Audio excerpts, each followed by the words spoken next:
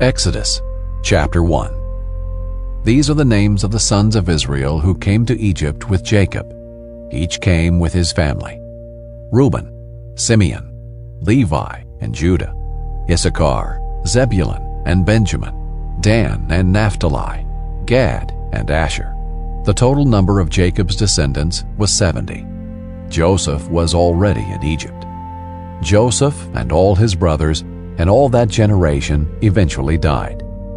But the Israelites were fruitful, increased rapidly, multiplied, and became extremely numerous, so that the land was filled with them. A new king who did not know about Joseph came to power in Egypt. He said to his people, "Look, the Israelite people are more numerous and powerful than we are. Come, let's deal shrewdly with them. Otherwise they will multiply further, and when war breaks out, they will join our enemies, fight against us, and leave the country." So the Egyptians assigned taskmasters over the Israelites to oppress them with forced labor. They built Pithom and Ramesses as supply cities for Pharaoh. But the more they oppressed them, the more they multiplied and spread, so that the Egyptians came to dread the Israelites. They worked the Israelites ruthlessly and made their lives bitter with difficult labor in brick and mortar and in all kinds of field work. They ruthlessly imposed all this work on them. The king of Egypt said to the Hebrew midwives, the first whose name was Shiphrah and the second whose name was Puah, "When you help the Hebrew women give birth, observe them as they deliver.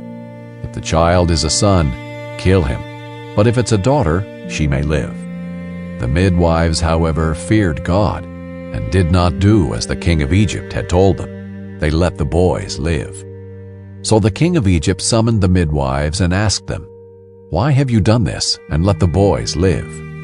The midwives said to Pharaoh, "The Hebrew women are not like the Egyptian women, for they are vigorous and give birth before the midwife can get to them." So God was good to the midwives, and the people multiplied and became very numerous. Since the midwives feared God, He gave them families. Pharaoh then commanded all his people, "You must throw every son born to the Hebrews into the Nile, but let every daughter live." Chapter 2. Now a man from the family of Levi married a Levite woman. The woman became pregnant and gave birth to a son. When she saw that he was beautiful, she hid him for 3 months. But when she could no longer hide him, she got a papyrus basket for him and coated it with asphalt and pitch. She placed the child in it and set it among the reeds by the bank of the Nile. Then his sister stood at a distance in order to see what would happen to him. Pharaoh's daughter went down to bathe at the Nile while her servant girls walked along the riverbank. She saw the basket among the reeds, sent her slave girl, took it, opened it, and saw him, the child. And there he was, a little boy, crying. She felt sorry for him and said, "This is one of the Hebrew boys." Then his sister said to Pharaoh's daughter, "Should I go and call a Hebrew woman who is nursing to nurse the boy for you?" "Go," Pharaoh's daughter told her. So the girl went and called the boy's mother.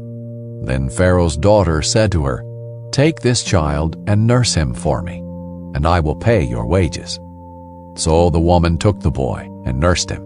When the child grew older, she brought him to Pharaoh's daughter, and he became her son. She named him Moses, because she said, "I drew him out of the water." Years later, after Moses had grown up, he went out to his own people and observed their forced labor. He saw an Egyptian striking a Hebrew, one of his people. Looking all around and seeing no one, he struck the Egyptian dead and hid him in the sand. The next day he went out and saw 2 Hebrews fighting. He asked the one in the wrong, "Why are you attacking your neighbor?" "Who made you a commander and judge over us?" the man replied. "Are you planning to kill me as you killed the Egyptian?" Then Moses became afraid and thought, "What I did is certainly known." When Pharaoh heard about this, he tried to kill Moses, but Moses fled from Pharaoh and went to live in the land of Midian and sat down by a well. Now the priest of Midian had 7 daughters. They came to draw water and filled the troughs to water their father's flock. Then some shepherds arrived and drove them away. But Moses came to their rescue and watered their flock. When they returned to their father Reuel, he asked, "Why have you come back so quickly today?" They answered, "An Egyptian rescued us from the shepherds. He even drew water for us and watered the flock." "So where is he?" he asked his daughters. "Why then did you leave the man behind? Invite him to eat dinner." Moses agreed to stay with the man, and he gave his daughter Zipporah to Moses in marriage. She gave birth to a son, whom he named Gershom, for he said, "I have been a resident alien in a foreign land." After a long time, the king of Egypt died. The Israelites groaned because of their difficult labor, and they cried out, and their cry for help because of the difficult labor ascended to God. God heard their groaning, and God remembered his covenant with Abraham, with Isaac, and with Jacob. God saw the Israelites, and God knew. Chapter 3. Meanwhile, Moses was shepherding the flock of his father-in-law Jethro, the priest of Midian. He led the flock to the far side of the wilderness and came to Horeb, the mountain of God. Then the angel of the Lord appeared to him in a flame of fire within a bush. As Moses looked, he saw that the bush was on fire, but was not consumed. So Moses thought, "I must go over and look at this remarkable sight.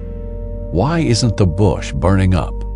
When the Lord saw that he had gone over to look, God called out to him from the bush, "Moses, Moses!"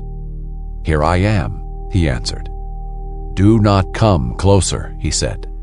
"Remove the sandals from your feet, for the place where you are standing is holy ground."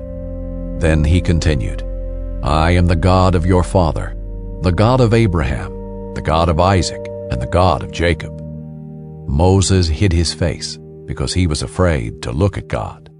Then the Lord said, "I have observed the misery of my people in Egypt, and have heard them crying out because of their oppressors.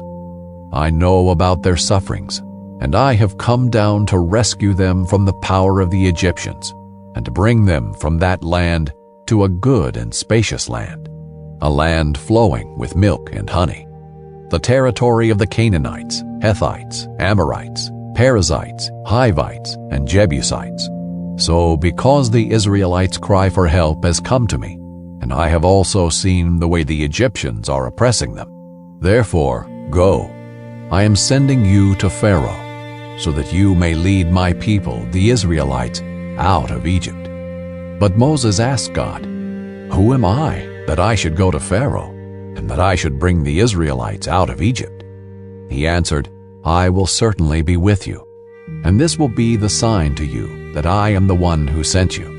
When you bring the people out of Egypt, you will all worship God at this mountain." Then Moses asked God, "If I go to the Israelites and say to them, 'The God of your ancestors has sent me to you,' and they ask me, 'What is his name?' what should I tell them?" God replied to Moses, "I am who I am. This is what you are to say to the Israelites. I am has sent me to you." God also said to Moses, "Say this to the Israelites, 'The Lord, the God of your ancestors, the God of Abraham, the God of Isaac, and the God of Jacob, has sent me to you. This is my name forever. This is how I am to be remembered in every generation.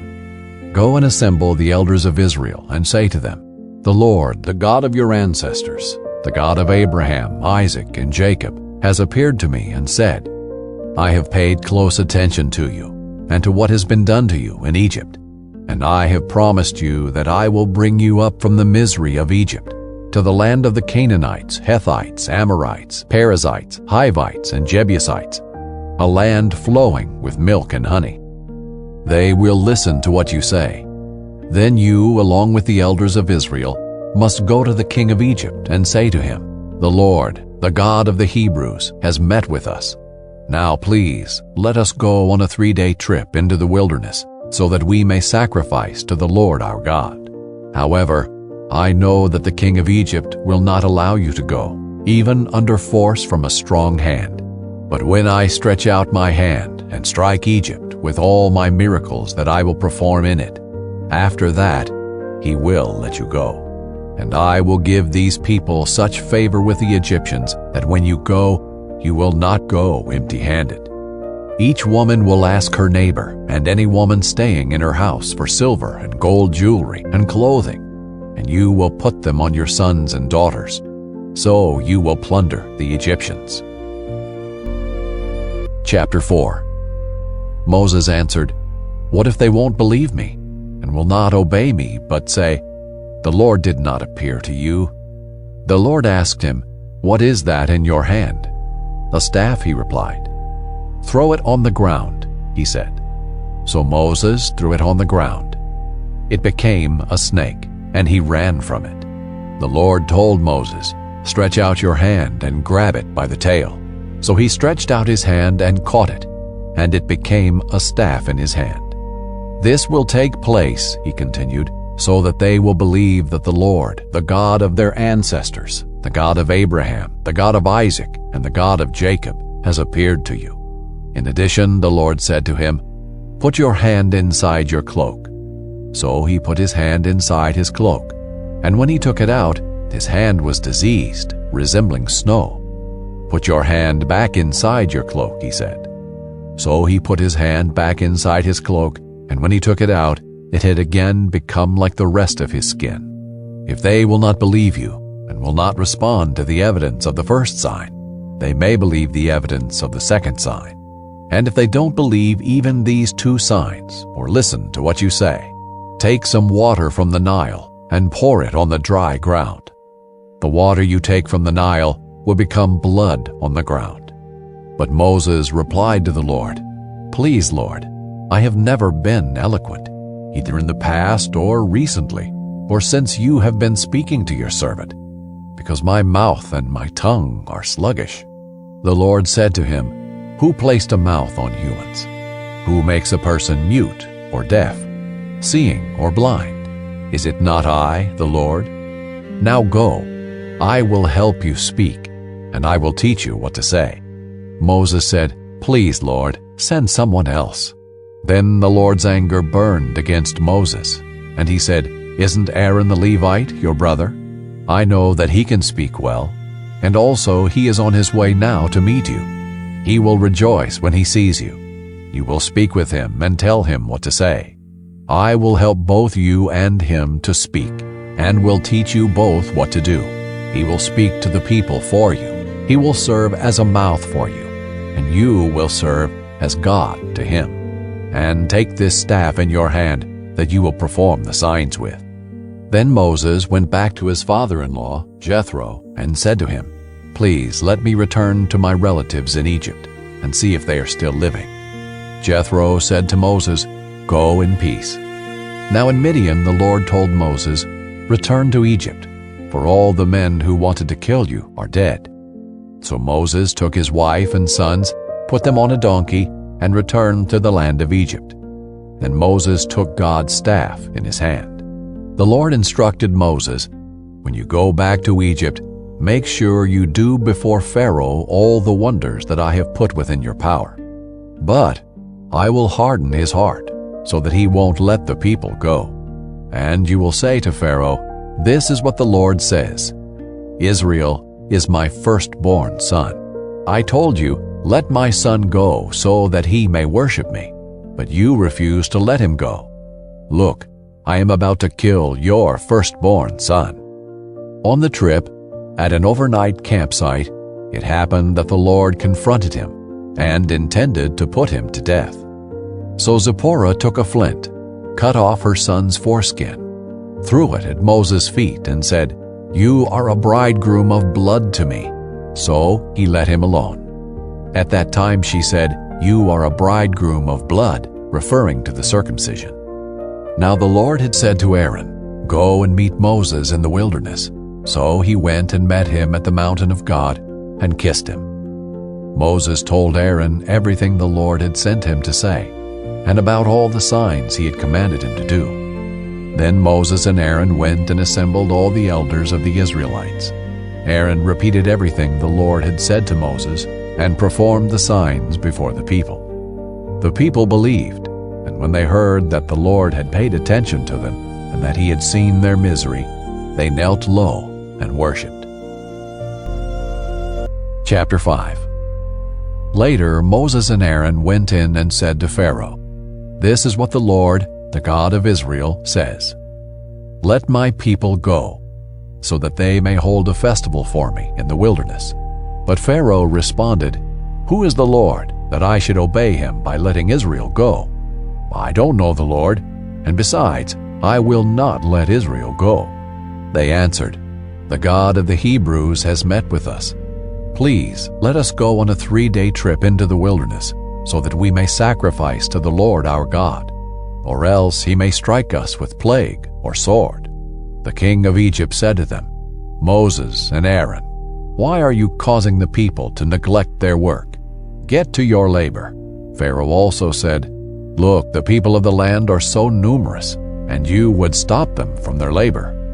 That day Pharaoh commanded the overseers of the people, as well as their foremen, "Don't continue to supply the people with straw for making bricks as before.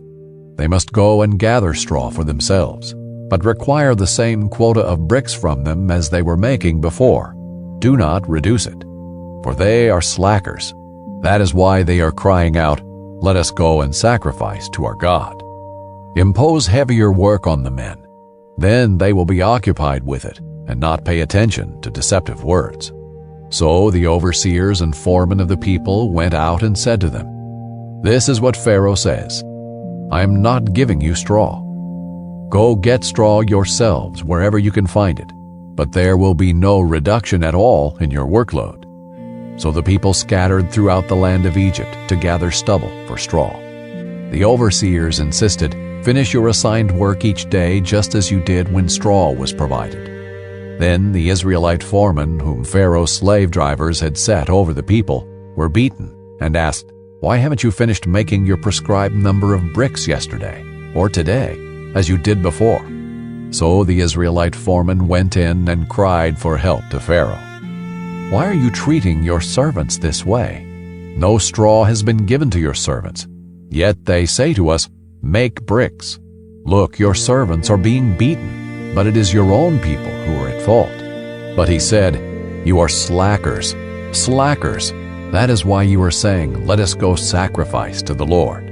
Now get to work. No straw will be given to you, but you must produce the same quantity of bricks." The Israelite foremen saw that they were in trouble when they were told, "You cannot reduce your daily quota of bricks." When they left Pharaoh, they confronted Moses and Aaron, who stood waiting to meet them. "May the Lord take note of you and judge," they said to them, "because you have made us reek to Pharaoh and his officials, putting a sword in their hand to kill us." So Moses went back to the Lord and asked, "Lord, why have you caused trouble for this people? And why did you ever send me? Ever since I went in to Pharaoh to speak in your name, he has caused trouble for this people, and you haven't rescued your people at all." Chapter 6. But the Lord replied to Moses, "Now you will see what I will do to Pharaoh. Because of a strong hand he will let them go, and because of a strong hand he will drive them from his land." Then God spoke to Moses, telling him, "I am the Lord. I appeared to Abraham, Isaac, and Jacob as God Almighty, but I was not known to them by my name, the Lord. I also established my covenant with them to give them the land of Canaan, the land they lived in as aliens. Furthermore, I have heard the groaning of the Israelites, whom the Egyptians are forcing to work as slaves, and I have remembered my covenant. Therefore tell the Israelites, I am the Lord, and I will bring you out from the forced labor of the Egyptians and rescue you from slavery to them. I will redeem you with an outstretched arm and great acts of judgment. I will take you as my people, and I will be your God. You will know that I am the Lord your God, who brought you out from the forced labor of the Egyptians. I will bring you to the land that I swore to give to Abraham, Isaac, and Jacob, and I will give it to you as a possession. I am the Lord." Moses told this to the Israelites, but they did not listen to him because of their broken spirit and hard labor. Then the Lord spoke to Moses, "Go and tell Pharaoh, king of Egypt, to let the Israelites go from his land." But Moses said in the Lord's presence, "If the Israelites will not listen to me, then how will Pharaoh listen to me, since I am such a poor speaker?" Then the Lord spoke to Moses and Aaron and gave them commands concerning both the Israelites and Pharaoh, king of Egypt, to bring the Israelites out of the land of Egypt. These are the heads of their fathers' families: the sons of Reuben, the firstborn of Israel, Hanok and Palu, Hezron and Carmi. These are the clans of Reuben. The sons of Simeon, Jemuel, Jamin, Ohad, Jachin, Zohar, and Shaul, the son of a Canaanite woman. These are the clans of Simeon. These are the names of the sons of Levi according to their family records: Gershon, Kohath, and Merari. Levi lived 137 years. The sons of Gershon, Libni and Shimei by their clans. The sons of Kohath, Amram, Izhar, Hebron, and Uzziel. Kohath lived 133 years. The sons of Merari, Mahli and Mushi.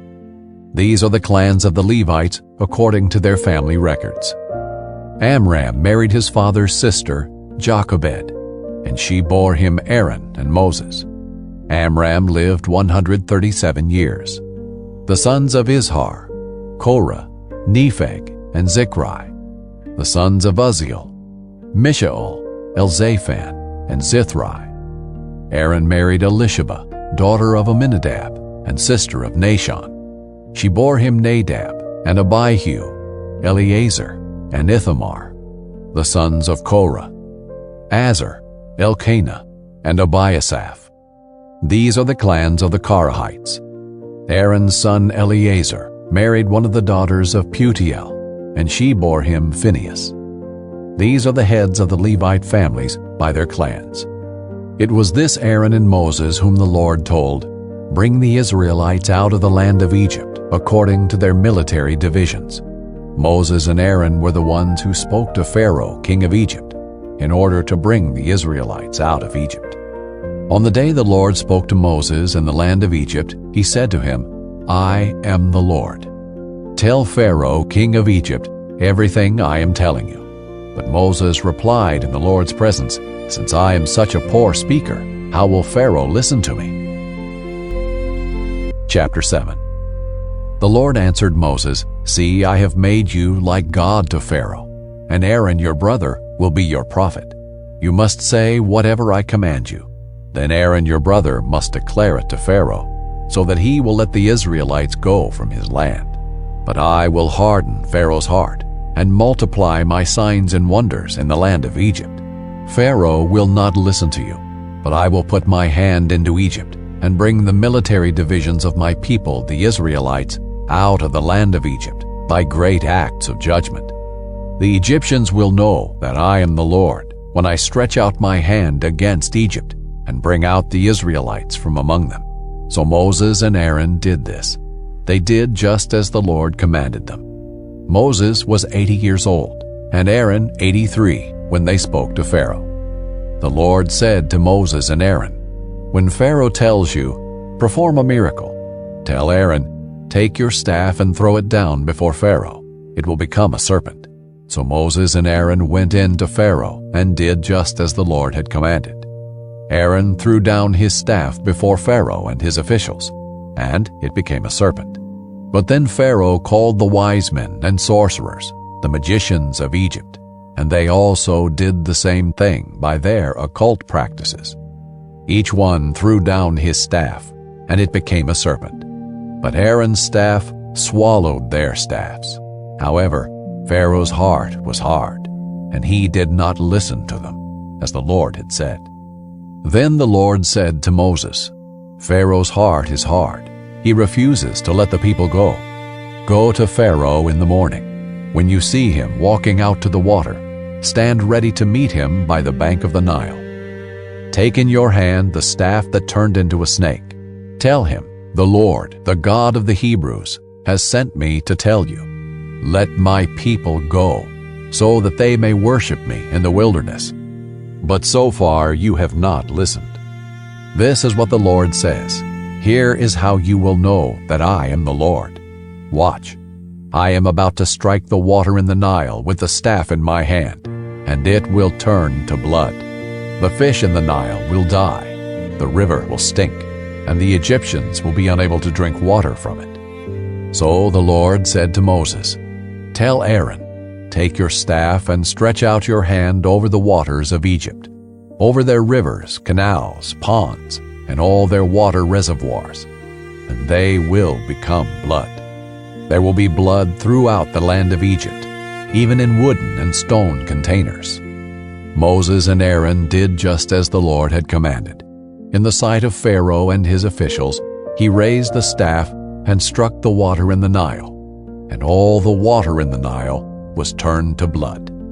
The fish in the Nile died, and the river smelled so bad the Egyptians could not drink water from it. There was blood throughout the land of Egypt. But the magicians of Egypt did the same thing by their occult practices. So Pharaoh's heart was hard, and he would not listen to them, as the Lord had said. Pharaoh turned around, went into his palace, and didn't take even this to heart. All the Egyptians dug around the Nile for water to drink, because they could not drink the water from the river. 7 days passed after the Lord struck the Nile. Chapter 8. Then the Lord said to Moses, "Go into Pharaoh and tell him, 'This is what the Lord says. Let my people go, so that they may worship me. But if you refuse to let them go, then I will plague all your territory with frogs. The Nile will swarm with frogs. They will come up and go into your palace, into your bedroom and on your bed, into the houses of your officials and your people, and into your ovens and kneading bowls. The frogs will come up on you, your people, and all your officials." The Lord then said to Moses, "Tell Aaron, stretch out your hand with your staff over the rivers, canals, and ponds, and cause the frogs to come up onto the land of Egypt." When Aaron stretched out his hand over the waters of Egypt, the frogs came up and covered the land of Egypt. But the magicians did the same thing by their occult practices and brought frogs up onto the land of Egypt. Pharaoh summoned Moses and Aaron and said, "Appeal to the Lord to remove the frogs from me and my people. Then I will let the people go, and they can sacrifice to the Lord." Moses said to Pharaoh, "You may have the honor of choosing. When should I appeal on behalf of you, your officials, and your people, that the frogs be taken away from you and your houses, and remain only in the Nile?" "Tomorrow," he answered. Moses replied, "As you have said, so that you may know there is no one like the Lord our God. The frogs will go away from you, your houses, your officials, and your people. The frogs will remain only in the Nile." After Moses and Aaron went out from Pharaoh, Moses cried out to the Lord for help concerning the frogs that he had brought against Pharaoh. The Lord did as Moses had said. The frogs in the houses, courtyards, and fields died. They piled them in countless heaps, and there was a terrible odor in the land. But when Pharaoh saw there was relief, he hardened his heart and would not listen to them, as the Lord had said.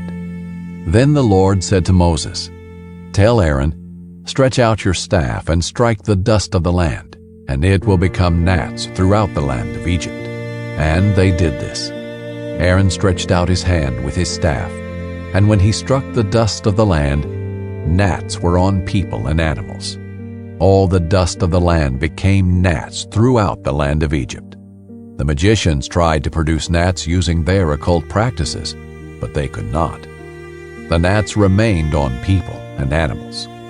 "This is the finger of God," the magicians said to Pharaoh. But Pharaoh's heart was hard, and he would not listen to them, as the Lord had said. The Lord said to Moses, Get up early in the morning and present yourself to Pharaoh when you see him going out to the water.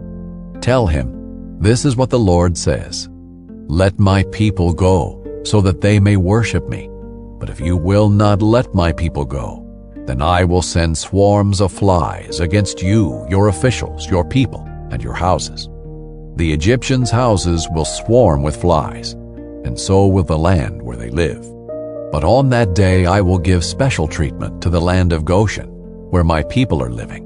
No flies will be there. This way you will know that I, the Lord, am in the land. I will make a distinction between my people and your people. This sign will take place tomorrow." And the Lord did this. Thick swarms of flies went into Pharaoh's palace and his officials' houses. Throughout Egypt the land was ruined because of the swarms of flies. Then Pharaoh summoned Moses and Aaron and said, "Go, sacrifice to your God within the country." But Moses said, "It would not be right to do that, because what we will sacrifice to the Lord our God is detestable to the Egyptians. If we sacrifice what the Egyptians detest in front of them, won't they stone us? We must go a distance of 3 days into the wilderness and sacrifice to the Lord our God as he instructs us." Pharaoh responded, "I will let you go and sacrifice to the Lord your God in the wilderness, but don't go very far. Make an appeal for me." "As soon as I leave you," Moses said, "I will appeal to the Lord, and tomorrow the swarms of flies will depart from Pharaoh, his officials, and his people." But Pharaoh must not act deceptively again by refusing to let the people go and sacrifice to the Lord. Then Moses left Pharaoh's presence and appealed to the Lord. The Lord did as Moses had said. He removed the swarms of flies from Pharaoh, his officials, and his people. Not one was left. But Pharaoh hardened his heart this time also, and did not let the people go. Chapter 9. Then the Lord said to Moses, "Go into Pharaoh and say to him, 'This is what the Lord, the God of the Hebrews, says. Let my people go, so that they may worship me. But if you refuse to let them go and keep holding them, then the Lord's hand will bring a severe plague against your livestock in the field, the horses, donkeys, camels, herds, and flocks. But the Lord will make a distinction between the livestock of Israel and the livestock of Egypt, so that nothing of all that the Israelites own will die.' And the Lord set a time, saying, 'Tomorrow the Lord will do this thing in the land.' The Lord did this the next day. All the Egyptian livestock died, but none among the Israelite livestock died. Pharaoh sent messengers who saw that not a single one of the Israelite livestock was dead. But Pharaoh's heart was hard, and he did not let the people go. Then the Lord said to Moses and Aaron, "Take handfuls of furnace soot, and Moses is to throw it toward heaven in the sight of Pharaoh. It will become fine dust over the entire land of Egypt. It will become festering boils on people and animals throughout the land of Egypt." So they took furnace soot and stood before Pharaoh. Moses threw it toward heaven, and it became festering boils on people and animals. The magicians could not stand before Moses because of the boils, for the boils were on the magicians as well as on all the Egyptians. But the Lord hardened Pharaoh's heart, and he did not listen to them, as the Lord had told Moses. Then the Lord said to Moses, "Get up early in the morning and present yourself to Pharaoh. Tell him, 'This is what the Lord, the God of the Hebrews, says. Let my people go, so that they may worship me. For this time I am about to send all my plagues against you, your officials, and your people. Then you will know there is no one like me on the whole earth. By now I could have stretched out my hand and struck you and your people with a plague, and you would have been obliterated from the earth. However, I have let you live for this purpose, to show you my power and to make my name known on the whole earth. You are still acting arrogantly against my people by not letting them go. Tomorrow at this time I will rain down the worst hail that has ever occurred in Egypt, from the day it was founded until now. Therefore give orders to bring your livestock and all that you have in the field into shelters. Every person and animal that is in the field and not brought inside will die when the hail falls on them. Those among Pharaoh's officials who feared the word of the Lord made their servants and livestock flee to shelters. But those who didn't take to heart the Lord's word left their servants and livestock in the field. Then the Lord said to Moses, "Stretch out your hand toward heaven, and let there be hail throughout the land of Egypt, on people and animals, and every plant of the field in the land of Egypt." So Moses stretched out his staff toward heaven, and the Lord sent thunder and hail. Lightning struck the land, and the Lord rained hail on the land of Egypt. The hail, with lightning flashing through it, was so severe that nothing like it had occurred in the land of Egypt since it had become a nation. Throughout the land of Egypt, the hail struck down everything in the field, both people and animals. The hail beat down every plant of the field and shattered every tree in the field. The only place it didn't hail was in the land of Goshen, where the Israelites were. Pharaoh sent for Moses and Aaron. "I have sinned this time," he said to them. "The Lord is the righteous one, and I and my people are the guilty ones. Make an appeal to the Lord. There has been enough of God's thunder and hail. I will let you go. You don't need to stay any longer." Moses said to him, "When I have left the city, I will spread out my hands to the Lord. The thunder will cease, and there will be no more hail, so that you may know the earth belongs to the Lord. But as for you and your officials, I know that you still do not fear the Lord God." The flax and the barley were destroyed because the barley was ripe, and the flax was budding. But the wheat and the spelt were not destroyed, since they are later crops. Moses left Pharaoh and the city and spread out his hands to the Lord. Then the thunder and hail ceased, and rain no longer poured down on the land. When Pharaoh saw that the rain, hail, and thunder had ceased, he sinned again and hardened his heart, he and his officials. So Pharaoh's heart was hard, and he did not let the Israelites go, as the Lord had said through Moses. Chapter 10. Then the Lord said to Moses, "Go to Pharaoh, for I have hardened his heart and the hearts of his officials, so that I may do these miraculous signs of mine among them, and so that you may tell your son and grandson how severely I dealt with the Egyptians, and perform miraculous signs among them, and you will know that I am the Lord." So Moses and Aaron went in to Pharaoh and told him, "This is what the Lord, the God of the Hebrews, says. How long will you refuse to humble yourself before me? Let my people go, that they may worship me. But if you refuse to let my people go, then tomorrow I will bring locusts into your territory. They will cover the surface of the land, so that no one will be able to see the land. They will eat the remainder left to you that escaped the hail. They will eat every tree you have growing in the fields. They will fill your houses, all your officials' houses, and the houses of all the Egyptians, something your fathers and grandfathers never saw since the time they occupied the land until today." Then he turned and left Pharaoh's presence. Pharaoh's officials asked him, "How long must this man be a snare to us? Let the men go, so that they may worship the Lord their God. Don't you realize yet that Egypt is devastated?" So Moses and Aaron were brought back to Pharaoh. "Go, worship the Lord your God," Pharaoh said. "But exactly who will be going?" Moses replied, "We will go with our young and with our old. We will go with our sons and with our daughters, with our flocks and with our herds, because we must hold the Lord's festival." He said to them, "The Lord would have to be with you if I would ever let you and your families go. Look out, you're heading for trouble. No, go, just able-bodied men. Worship the Lord, since that's what you want." And they were driven from Pharaoh's presence.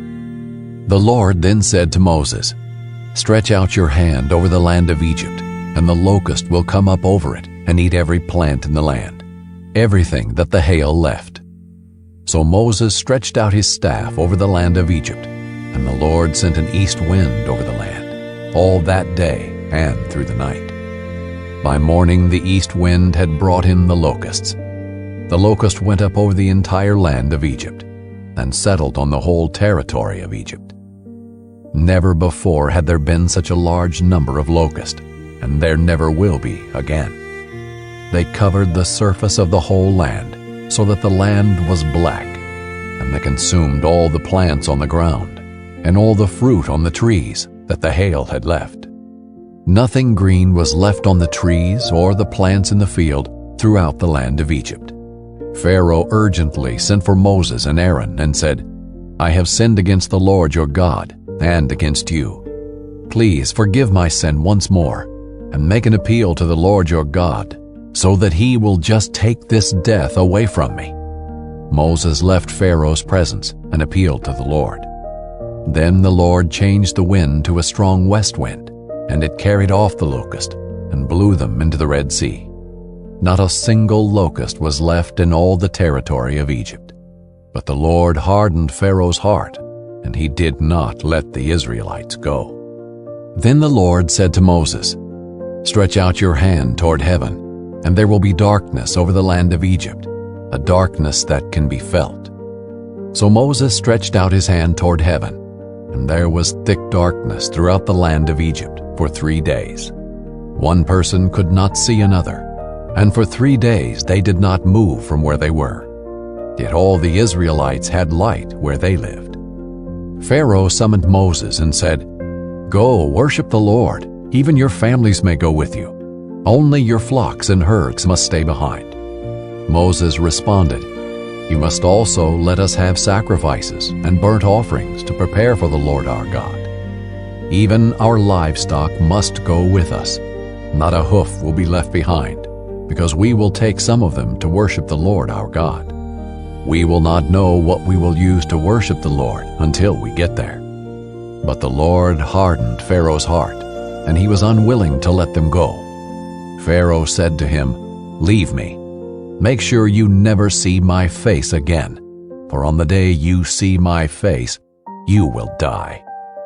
"As you have said," Moses replied, "I will never see your face again." Chapter 11. The Lord said to Moses, "I will bring one more plague on Pharaoh and on Egypt. After that, he will let you go from here. When he lets you go, he will drive you out of here.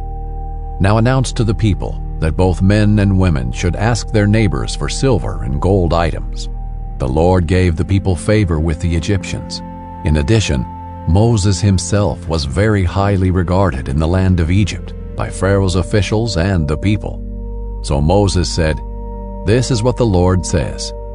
About midnight I will go throughout Egypt, and every firstborn male in the land of Egypt will die, from the firstborn of Pharaoh who sits on his throne to the firstborn of the servant girl who is at the grindstones, as well as every firstborn of the livestock.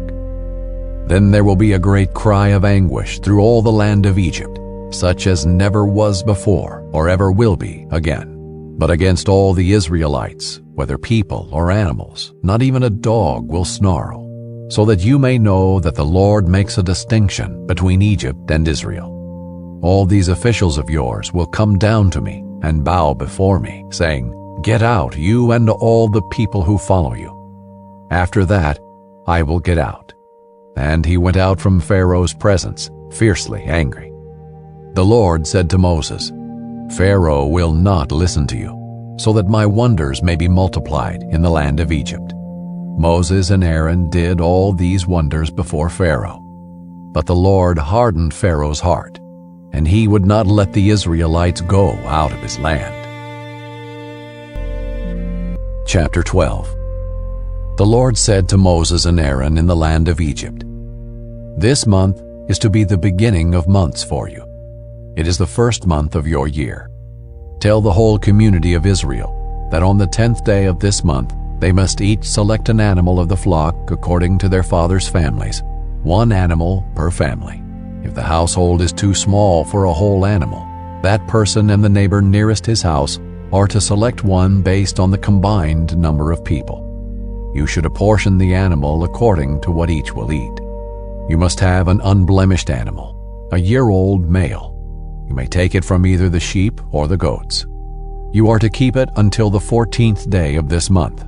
Then the whole assembly of the community of Israel will slaughter the animals at twilight. They must take some of the blood and put it on the 2 doorposts and the lintel of the houses where they eat them. They are to eat the meat that night. They should eat it roasted over the fire, along with unleavened bread and bitter herbs.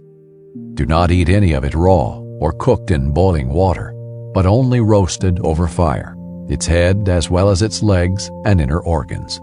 You must not leave any of it until morning. Any part of it left until morning you must burn. Here is how you must eat it. You must be dressed for travel, your sandals on your feet, and your staff in your hand. You are to eat it in a hurry. It is the Lord's Passover. I will pass through the land of Egypt on that night, and strike every firstborn male in the land of Egypt, both people and animals. I am the Lord. I will execute judgments against all the gods of Egypt. The blood on the houses where you are staying will be a distinguishing mark for you. When I see the blood, I will pass over you. No plague will be among you to destroy you when I strike the land of Egypt. This day is to be a memorial for you, and you must celebrate it as a festival to the Lord. You are to celebrate it throughout your generations as a permanent statute. You must eat unleavened bread for 7 days. On the first day you must remove yeast from your houses. Whoever eats what is leavened from the first day through the 7th day must be cut off from Israel. You are to hold a sacred assembly on the first day, and another sacred assembly on the 7th day. No work may be done on those days except for preparing what people need to eat. You may do only that. You are to observe the festival of unleavened bread, because on this very day I brought your military divisions out of the land of Egypt. You must observe this day throughout your generations as a permanent statute. You are to eat unleavened bread in the first month, from the evening of the 14th day of the month until the evening of the 21st day. Yeast must not be found in your houses for 7 days. If anyone eats something leavened, that person, whether a resident alien or native of the land, must be cut off from the community of Israel. Do not eat anything leavened. Eat unleavened bread in all your homes. Then Moses summoned all the elders of Israel and said to them, Go, select an animal from the flock according to your families, and slaughter the Passover animal. Take a cluster of hyssop, dip it in the blood that is in the basin, and brush the lintel and the 2 doorposts with some of the blood in the basin.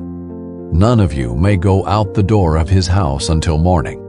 When the Lord passes through to strike Egypt and sees the blood on the lintel and the 2 doorposts, he will pass over the door and not let the destroyer enter your houses to strike you. Keep this command permanently as a statute for you and your descendants. When you enter the land that the Lord will give you as he promised, you are to observe this ceremony. When your children ask you, What does this ceremony mean to you? You are to reply, It is the Passover sacrifice to the Lord, for he passed over the houses of the Israelites in Egypt when he struck the Egyptians, and he spared our homes.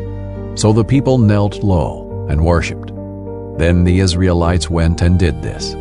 They did just as the Lord had commanded Moses and Aaron. Now at midnight, the Lord struck every firstborn male in the land of Egypt, from the firstborn of Pharaoh who sat on his throne to the firstborn of the prisoner who was in the dungeon, and every firstborn of the livestock. During the night Pharaoh got up, he along with all his officials and all the Egyptians, and there was a loud wailing throughout Egypt, because there wasn't a house without someone dead.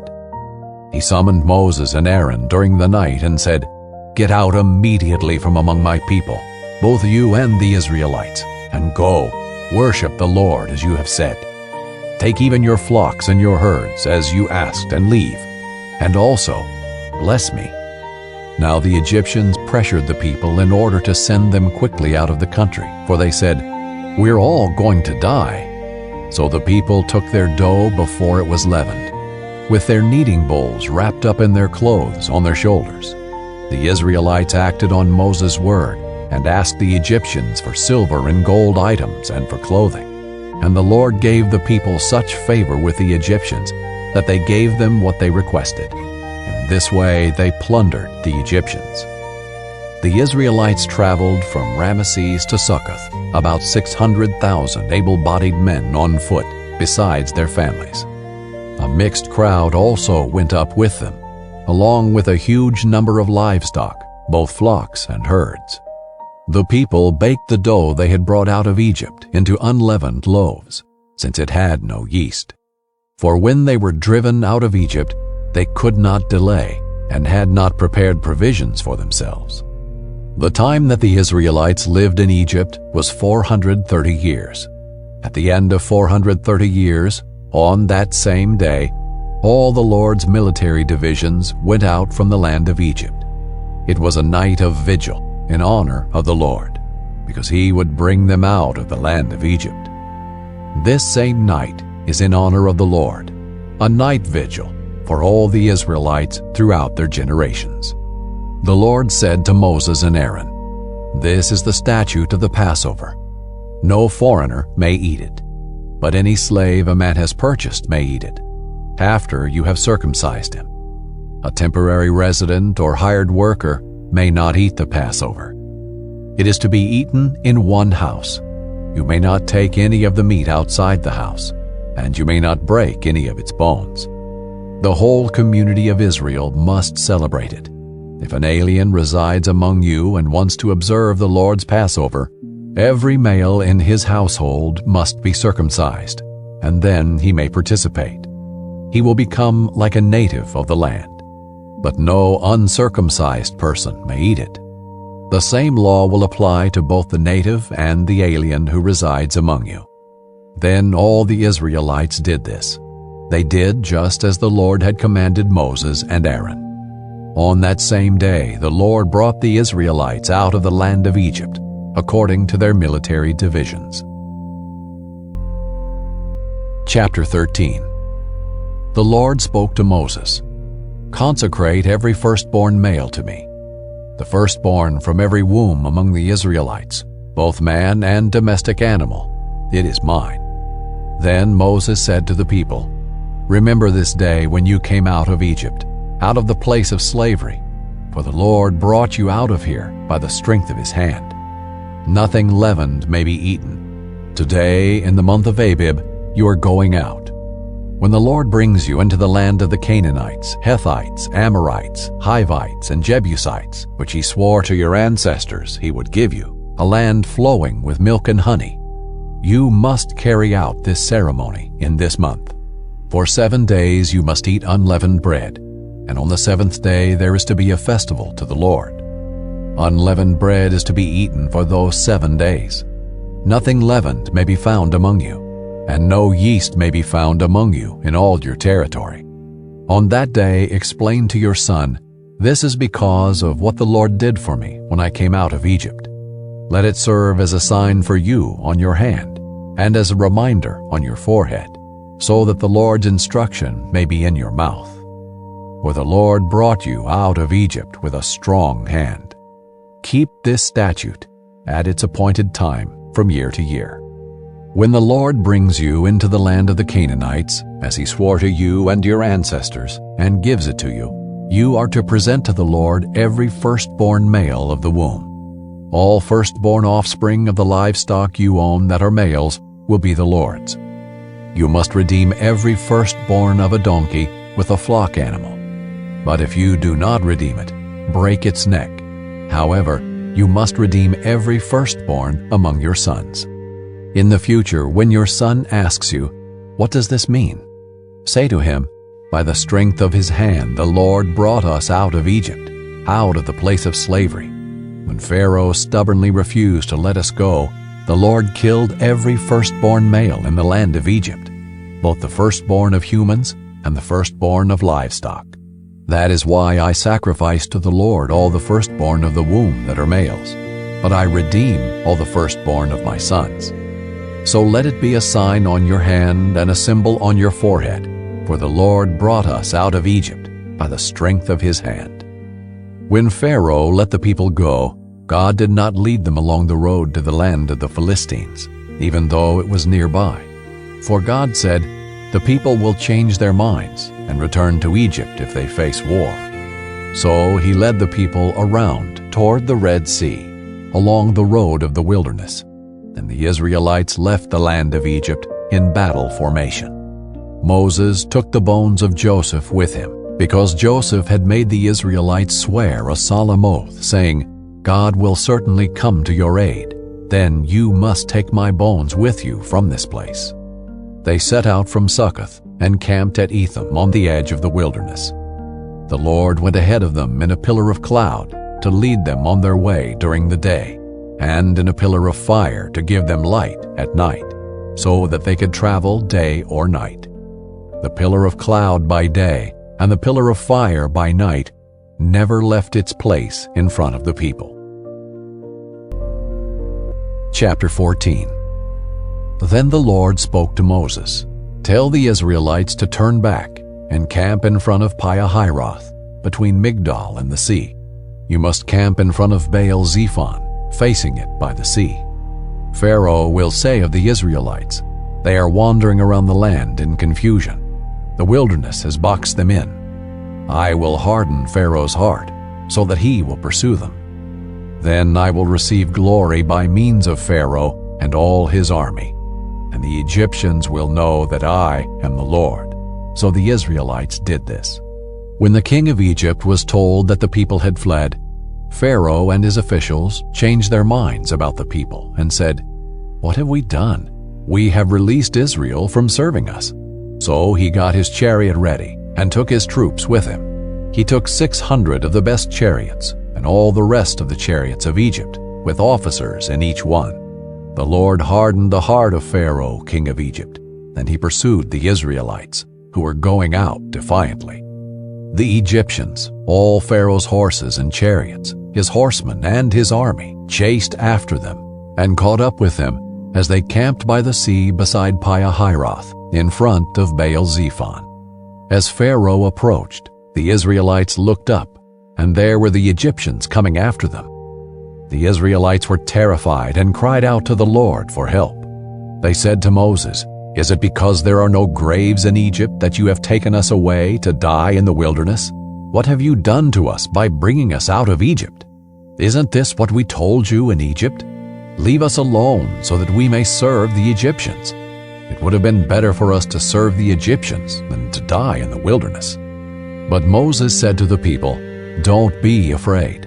Stand firm and see the Lord's salvation that he will accomplish for you today. For the Egyptians you see today, you will never see again. The Lord will fight for you, and you must be quiet." The Lord said to Moses, "Why are you crying out to me? Tell the Israelites to break camp. As for you, lift up your staff, stretch out your hand over the sea, and divide it, so that the Israelites can go through the sea on dry ground. As for me, I am going to harden the hearts of the Egyptians, so that they will go in after them, and I will receive glory by means of Pharaoh, all his army, and his chariots and horsemen. The Egyptians will know that I am the Lord, when I receive glory through Pharaoh, his chariots, and his horsemen." Then the angel of God, who was going in front of the Israelite forces, moved and went behind them. The pillar of cloud moved from in front of them and stood behind them. It came between the Egyptian and Israelite forces. There was cloud and darkness. It lit up the night, and neither group came near the other all night long. Then Moses stretched out his hand over the sea. The Lord drove the sea back with a powerful east wind all that night, and turned the sea into dry land. So the waters were divided, and the Israelites went through the sea on dry ground, with the waters like a wall to them on their right and their left. The Egyptians set out in pursuit, all Pharaoh's horses, his chariots, and his horsemen, and went into the sea after them. During the morning watch, the Lord looked down at the Egyptian forces from the pillar of fire and cloud, and threw the Egyptian forces into confusion. He caused their chariot wheels to swerve, and made them drive with difficulty. "Let's get away from Israel," the Egyptians said, "because the Lord is fighting for them against Egypt." Then the Lord said to Moses, "Stretch out your hand over the sea, so that the water may come back on the Egyptians, on their chariots and horsemen." So Moses stretched out his hand over the sea, and at daybreak the sea returned to its normal depth. While the Egyptians were trying to escape from it, the Lord threw them into the sea. The water came back and covered the chariots and horsemen, plus the entire army of Pharaoh that had gone after them into the sea. Not even one of them survived. But the Israelites had walked through the sea on dry ground, with the waters like a wall to them on their right and their left. That day the Lord saved Israel from the power of the Egyptians, and Israel saw the Egyptians dead on the seashore. When Israel saw the great power that the Lord used against the Egyptians, the people feared the Lord and believed in him and in his servant Moses. Chapter 15. Then Moses and the Israelites sang this song to the Lord. They said, "I will sing to the Lord, for he is highly exalted. He has thrown the horse and its rider into the sea. The Lord is my strength and my song. He has become my salvation. This is my God, and I will praise him, my father's God, and I will exalt him. The Lord is a warrior. The Lord is his name. He threw Pharaoh's chariots and his army into the sea. The elite of his officers were drowned in the Red Sea. The floods covered them. They sank to the depths like a stone. Lord, your right hand is glorious in power. Lord, your right hand shattered the enemy. You overthrew your adversaries by your great majesty. You unleashed your burning wrath. It consumed them like stubble. The water heaped up at the blast from your nostrils. The current stood firm like a dam. The watery depths congealed in the heart of the sea. The enemy said, I will pursue, I will overtake, I will divide the spoil. My desire will be gratified at their expense. I will draw my sword, my hand will destroy them. But you blew with your breath, and the sea covered them.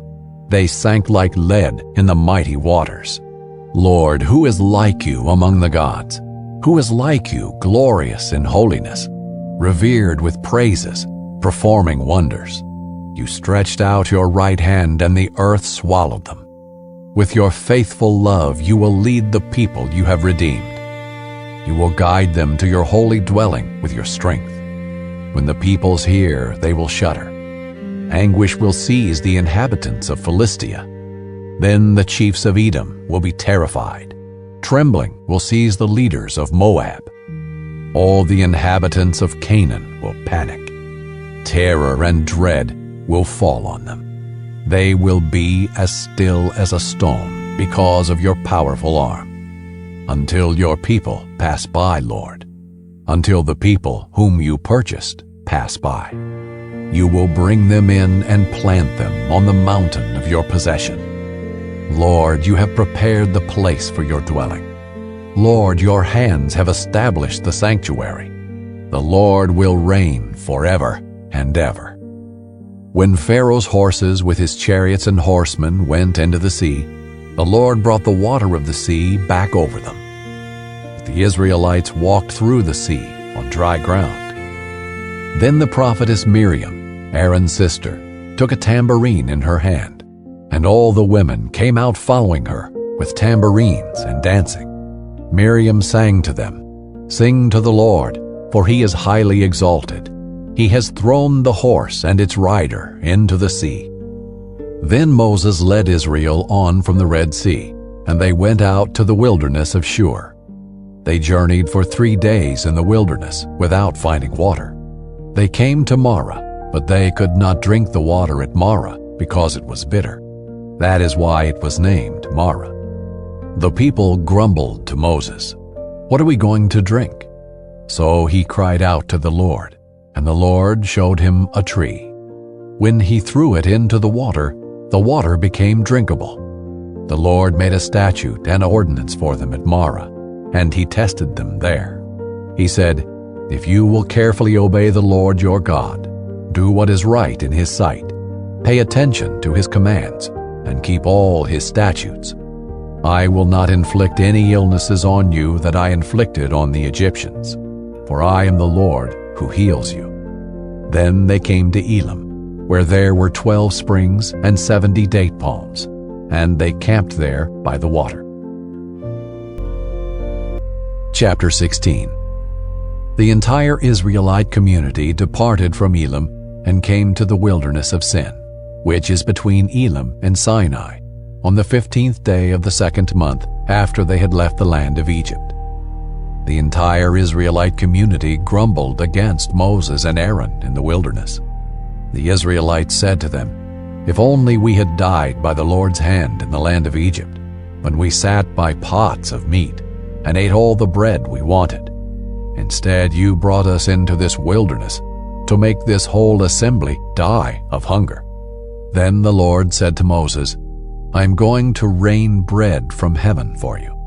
The people are to go out each day and gather enough for that day.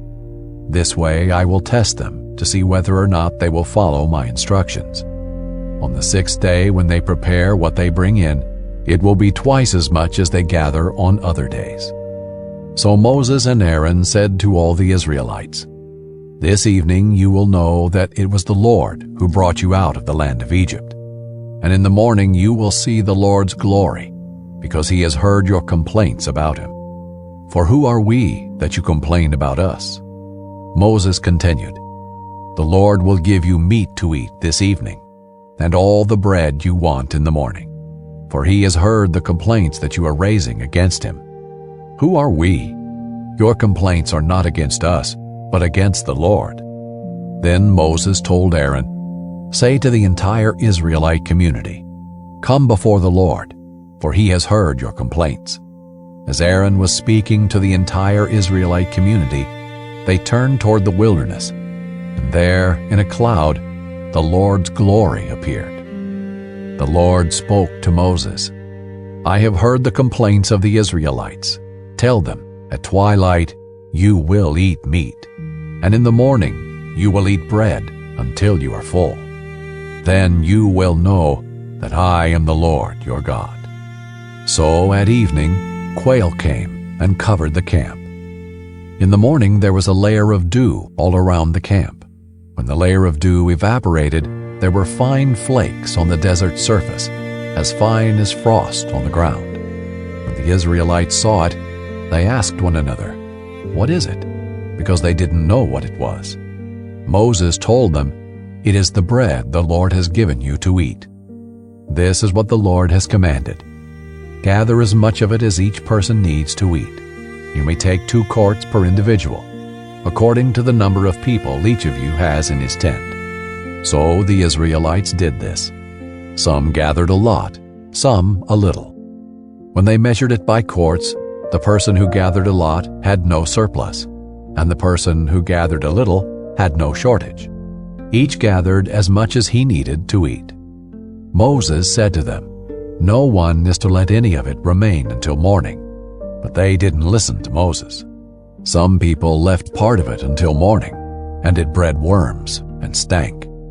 Therefore Moses was angry with them. They gathered it every morning. Each gathered as much as he needed to eat. But when the sun grew hot, it melted. On the 6th day they gathered twice as much food, 4 quarts apiece. And all the leaders of the community came and reported this to Moses. He told them, "This is what the Lord has said. Tomorrow is a day of complete rest, a holy Sabbath to the Lord. Bake what you want to bake, and boil what you want to boil, and set aside everything left over to be kept until morning." So they set it aside until morning as Moses commanded, and it didn't stink or have maggots in it. "Eat it today," Moses said, "because today is a Sabbath to the Lord. Today you won't find any in the field. For 6 days you will gather it, but on the 7th day, the Sabbath, there will be none." Yet on the 7th day some of the people went out to gather, but they did not find any.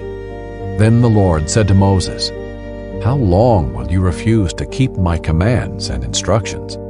Understand that the Lord has given you the Sabbath. Therefore, on the 6th day, he will give you 2 days' worth of bread. Each of you stay where you are. No one is to leave his place on the 7th day." So the people rested on the 7th day. The house of Israel named the substance manna. It resembled coriander seed, was white, and tasted like wafers made with honey. Moses said, "This is what the Lord has commanded. 2 quarts of it are to be preserved throughout your generations, so that they may see the bread I fed you in the wilderness, when I brought you out of the land of Egypt." Moses told Aaron, "Take a container and put 2 quarts of manna in it. Then place it before the Lord to be preserved throughout your generations." As the Lord commanded Moses, Aaron placed it before the testimony to be preserved. The Israelites ate manna for 40 years, until they came to an inhabited land. They ate manna until they reached the border of the land of Canaan. They used a measure called an omer, which held 2 quarts. Chapter 17. The entire Israelite community left the wilderness of Sin, moving from one place to the next according to the Lord's command. They camped at Rephidim, but there was no water for the people to drink. So the people complained to Moses, "Give us water to drink." "Why are you complaining to me?" Moses replied to them. "Why are you testing the Lord?" But the people thirsted there for water and grumbled against Moses. They said, "Why did you ever bring us up from Egypt to kill us and our children and our livestock with thirst?" Then Moses cried out to the Lord, "What should I do with these people? In a little while they will stone me." The Lord answered Moses, "Go on ahead of the people and take some of the elders of Israel with you. Take the staff you struck the Nile with in your hand and go. I am going to stand there in front of you on the rock at Horeb. When you hit the rock, water will come out of it, and the people will drink." Moses did this in the sight of the elders of Israel. He named the place Massah and Meribah, because the Israelites complained, and because they tested the Lord, saying, "Is the Lord among us or not?" At Rephidim, Amalek came and fought against Israel. Moses said to Joshua, "Select some men for us and go fight against Amalek. Tomorrow I will stand on the hilltop with God's staff in my hand." Joshua did as Moses had told him and fought against Amalek, while Moses, Aaron, and Hur went up to the top of the hill. While Moses held up his hand, Israel prevailed, but whenever he put his hand down, Amalek prevailed. When Moses' hands grew heavy, they took a stone and put it under him, and he sat down on it.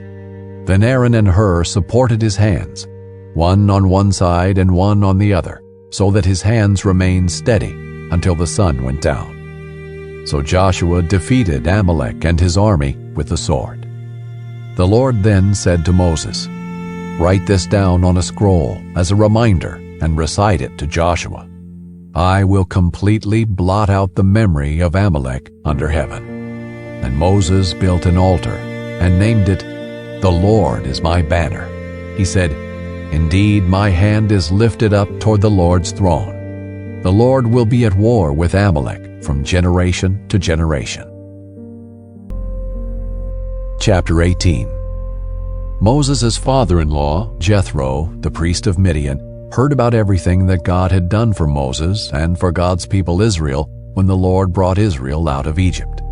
Now Jethro, Moses' father-in-law, had taken in Zipporah, Moses' wife, after he had sent her back, along with her 2 sons, one of whom was named Gershom, because Moses had said, I have been a resident alien in a foreign land. And the other, Eliezer, because he had said, The God of my father was my helper and rescued me from Pharaoh's sword. Moses' father-in-law, Jethro, along with Moses' wife and sons, came to him in the wilderness where he was camped at the mountain of God.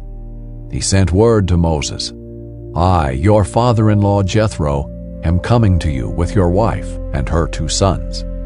So Moses went out to meet his father-in-law, bowed down, and then kissed him. They asked each other how they had been, and went into the tent. Moses recounted to his father-in-law all that the Lord had done to Pharaoh and the Egyptians for Israel's sake, all the hardships that confronted them on the way, and how the Lord rescued them. Jethro rejoiced over all the good things the Lord had done for Israel when he rescued them from the power of the Egyptians. Blessed be the Lord, Jethro exclaimed, who rescued you from the power of Egypt and from the power of Pharaoh. He has rescued the people from under the power of Egypt. Now I know that the Lord is greater than all gods, because he did wonders when the Egyptians acted arrogantly against Israel. Then Jethro, Moses' father-in-law, brought a burnt offering and sacrifices to God. And Aaron came with all the elders of Israel to eat a meal with Moses' father-in-law in God's presence. The next day Moses sat down to judge the people, and they stood around Moses from morning until evening. When Moses' father-in-law saw everything he was doing for them, he asked, What is this you're doing for the people? Why are you alone sitting as judge, while all the people stand around you from morning until evening? Moses replied to his father-in-law, Because the people come to me to inquire of God. Whenever they have a dispute, it comes to me, and I make a decision between one man and another. I teach them God's statutes and laws. What you are doing is not good, Moses' father-in-law said to him. You will certainly wear out both yourself and these people who are with you, because the task is too heavy for you. You can't do it alone. Now listen to me. I will give you some advice, and God be with you. You be the one to represent the people before God and bring their cases to him. Instruct them about the statutes and laws, and teach them the way to live and what they must do. But you should select from all the people able men, God-fearing, trustworthy, and hating dishonest profit. Place them over the people as commanders of thousands, hundreds, fifties, and tens. They should judge the people at all times. Then they can bring you every major case, but judge every minor case themselves. In this way you will lighten your load, and they will bear it with you. If you do this, and God so directs you, you will be able to endure, and also all these people will be able to go home satisfied. Moses listened to his father-in-law and did everything he said. So Moses chose able men from all Israel and made them leaders over the people as commanders of thousands, hundreds, fifties, and tens. They judged the people at all times. They would bring the hard cases to Moses, but they would judge every minor case themselves. Moses let his father-in-law go, and he journeyed to his own land. Chapter 19. In the 3rd month from the very day the Israelites left the land of Egypt, they came to the Sinai wilderness. They traveled from Rephidim, came to the Sinai wilderness, and camped in the wilderness. Israel camped there in front of the mountain. Moses went up the mountain to God, and the Lord called him from the mountain. This is what you must say to the house of Jacob, and explain to the Israelites. You have seen what I did to the Egyptians, and how I carried you on eagle's wings, and brought you to myself. Now if you will carefully listen to me, and keep my covenant, you will be my own possession out of all the peoples, although the whole earth is mine, and you will be my kingdom of priests and my holy nation. These are the words that you are to say to the Israelites. After Moses came back, he summoned the elders of the people and set before them all these words that the Lord had commanded him.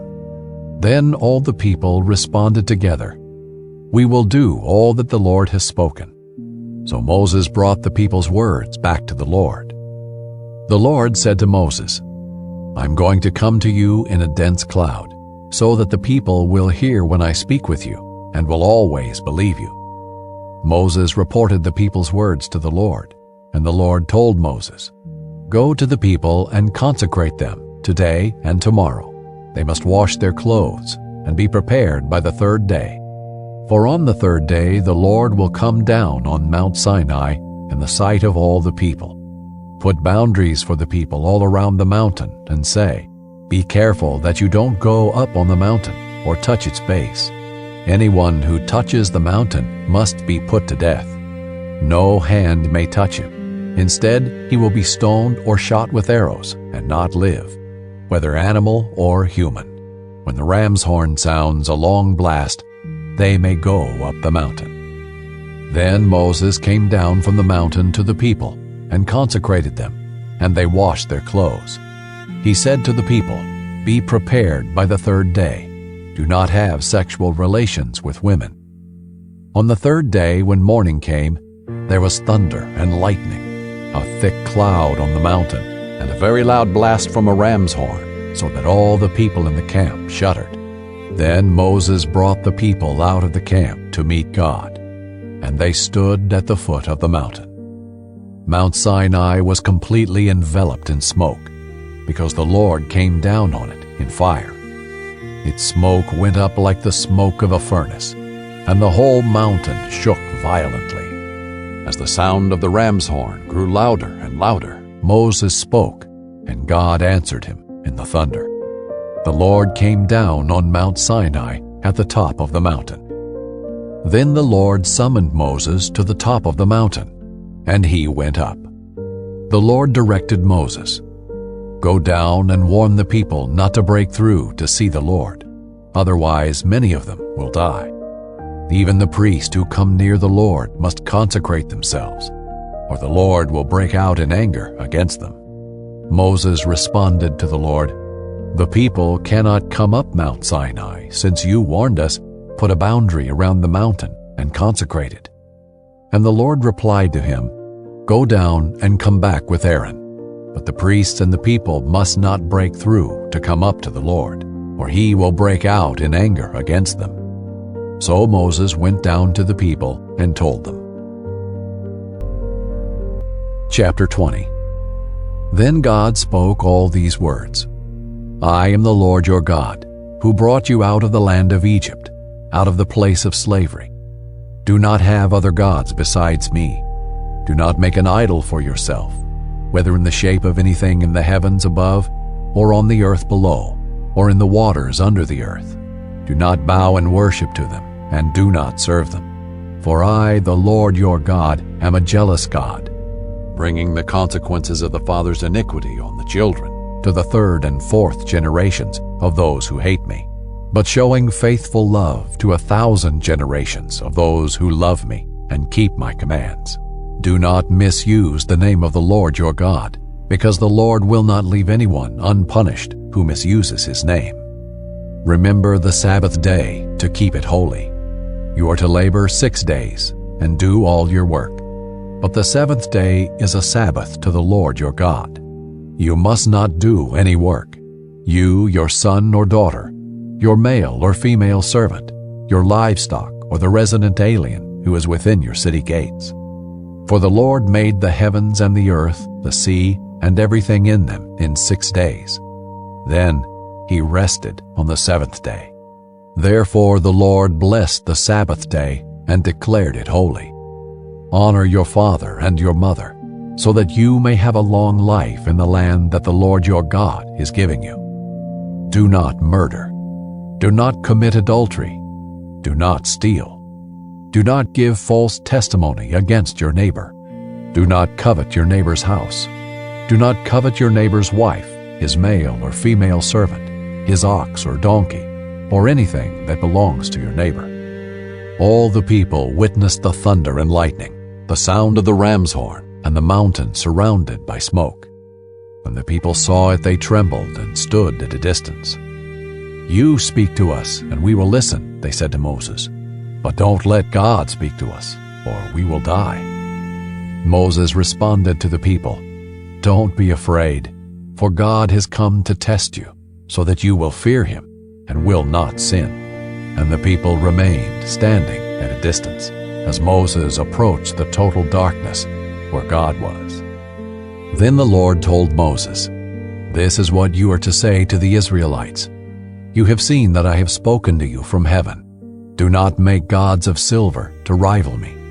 Do not make gods of gold for yourselves. Make an earthen altar for me, and sacrifice on it your burnt offerings and fellowship offerings, your flocks and herds. I will come to you and bless you in every place where I cause my name to be remembered. If you make a stone altar for me, do not build it out of cut stones. If you use your chisel on it, you will defile it. Do not go up to my altar on steps, so that your nakedness is not exposed on it." Chapter 21. These are the ordinances that you are to set before them. When you buy a Hebrew slave, he is to serve for 6 years. Then in the 7th, he is to leave as a free man, without paying anything. If he arrives alone, he is to leave alone. If he arrives with a wife, his wife is to leave with him. If his master gives him a wife and she bears him sons or daughters, the wife and her children belong to her master, and the man must leave alone. But if the slave declares, "I love my master, my wife, and my children. I do not want to leave as a free man," his master is to bring him to the judges, and then bring him to the door or doorpost. His master will pierce his ear with an awl, and he will serve his master for life. When a man sells his daughter as a concubine, she is not to leave as the male slaves do. If she is displeasing to her master, who chose her for himself, then he must let her be redeemed. He has no right to sell her to foreigners, because he has acted treacherously toward her. Or if he chooses her for his son, he must deal with her according to the customary treatment of daughters. If he takes an additional wife, he must not reduce the food, clothing, or marital rights of the first wife. And if he does not do these 3 things for her, she may leave free of charge, without any payment. Whoever strikes a person so that he dies must be put to death. But if he did not intend any harm, and yet God allowed it to happen, I will appoint a place for you where he may flee. If a person schemes and willfully acts against his neighbor to murder him, you must take him from my altar to be put to death. Whoever strikes his father or his mother must be put to death. Whoever kidnaps a person must be put to death, whether he sells him or the person is found in his possession. Whoever curses his father or his mother must be put to death. When men quarrel and one strikes the other with a stone or his fist, and the injured man does not die but is confined to bed, if he can later get up and walk around outside leaning on his staff, then the one who struck him will be exempt from punishment. Nevertheless, he must pay for his lost work time and provide for his complete recovery.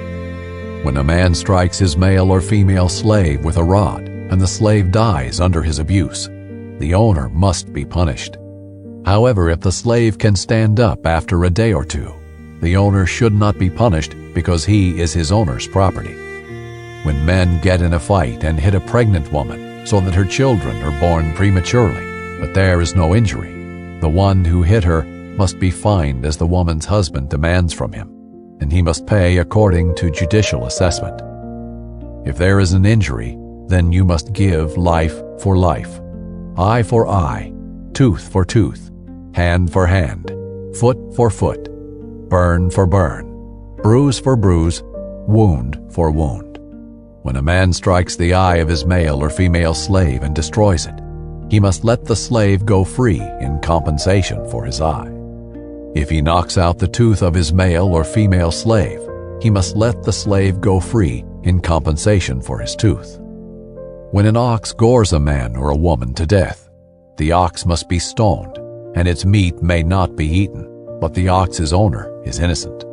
However, if the ox was in the habit of goring, and its owner has been warned yet does not restrain it, and it kills a man or a woman, the ox must be stoned, and its owner must also be put to death. If instead a ransom is demanded of him, he can pay a redemption price for his life in the full amount demanded from him. If it gores a son or a daughter, he is to be dealt with according to this same law.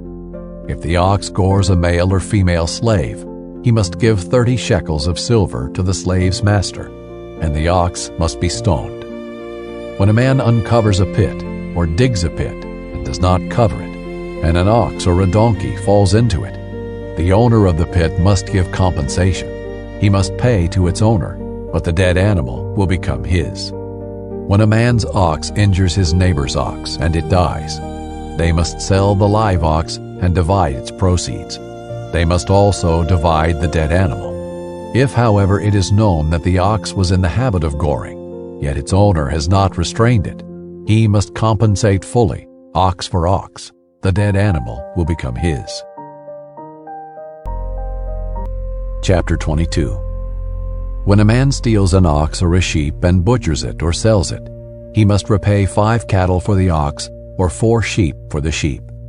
If a thief is caught in the act of breaking in, and he is beaten to death, no one is guilty of bloodshed. But if this happens after sunrise, the householder is guilty of bloodshed. A thief must make full restitution. If he is unable, he is to be sold because of his theft.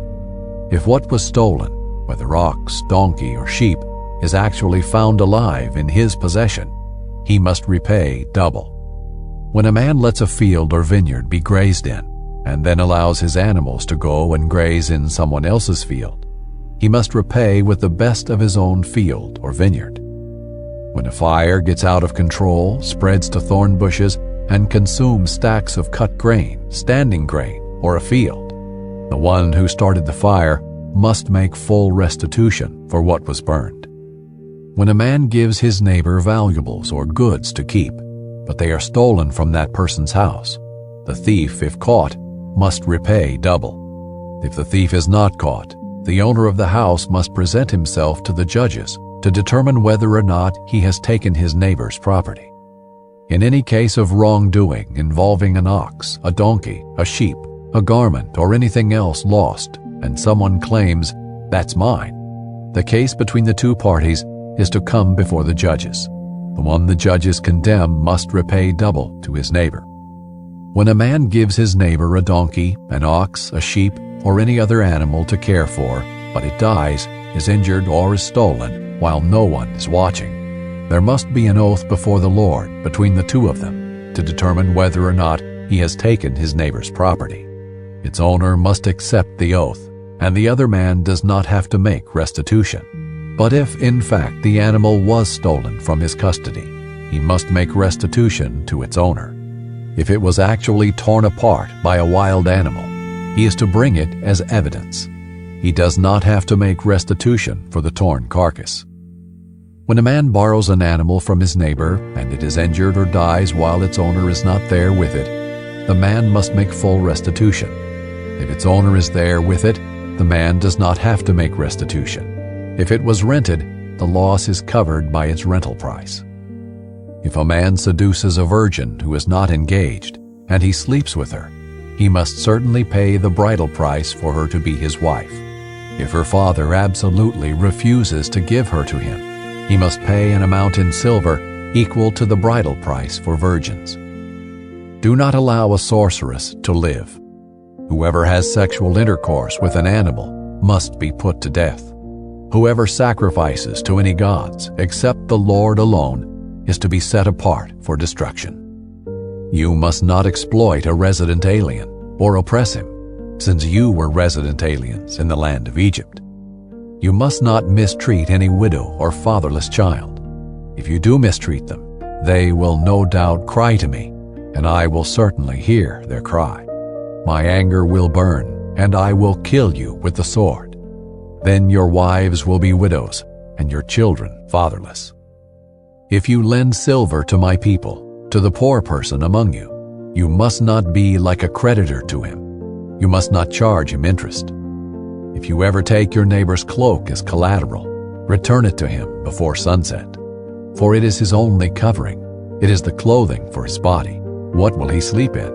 And if he cries out to me, I will listen, because I am gracious. You must not blaspheme God, or curse a leader among your people. You must not hold back offerings from your harvest or your vats. Give me the firstborn of your sons. Do the same with your cattle and your flock. Let them stay with their mothers for 7 days, but on the 8th day you are to give them to me. Be my holy people. You must not eat the meat of a mauled animal found in the field. Throw it to the dogs. Chapter 23. You must not spread a false report. Do not join the wicked to be a malicious witness. You must not follow a crowd in wrongdoing. Do not testify in a lawsuit and go along with a crowd to pervert justice.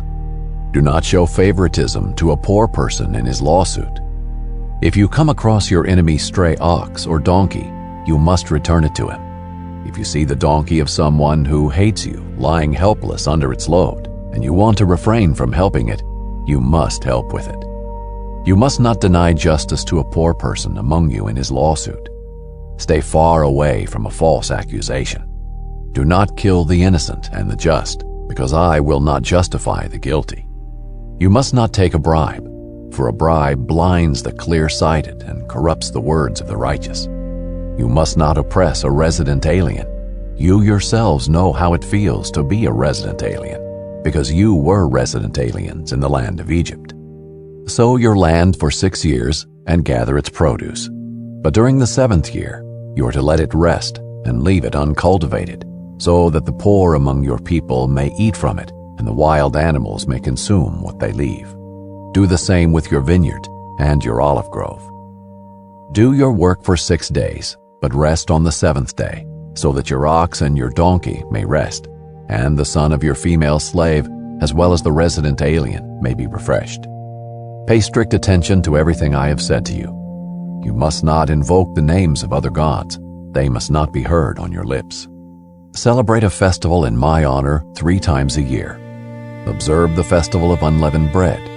As I commanded you, you are to eat unleavened bread for 7 days at the appointed time in the month of Abib, because you came out of Egypt in that month. No one is to appear before me empty-handed. Also observe the festival of harvest with the first fruits of your produce from what you sow in the field. And observe the festival of ingathering at the end of the year, when you gather your produce from the field. 3 times a year all your males are to appear before the Lord God. You must not offer the blood of my sacrifices with anything leavened. The fat of my festival offering must not remain until morning. Bring the best of the first fruits of your land to the house of the Lord your God. You must not boil a young goat in its mother's milk. I'm going to send an angel before you to protect you on the way and bring you to the place I have prepared. Be attentive to him and listen to him. Do not defy him, because he will not forgive your acts of rebellion, for my name is in him. But if you will carefully obey him and do everything I say, then I will be an enemy to your enemies and a foe to your foes. For my angel will go before you and bring you to the land of the Amorites, Hethites, Perizzites, Canaanites, Hivites, and Jebusites, and I will wipe them out. Do not bow in worship to their gods, and do not serve them. Do not imitate their practices. Instead, demolish them and smash their sacred pillars to pieces. Serve the Lord your God, and he will bless your bread and your water. I will remove illnesses from you. No woman will miscarry or be childless in your land. I will give you the full number of your days. I will cause the people ahead of you to feel terror and will throw into confusion all the nations you come to. I will make all your enemies turn their backs to you in retreat.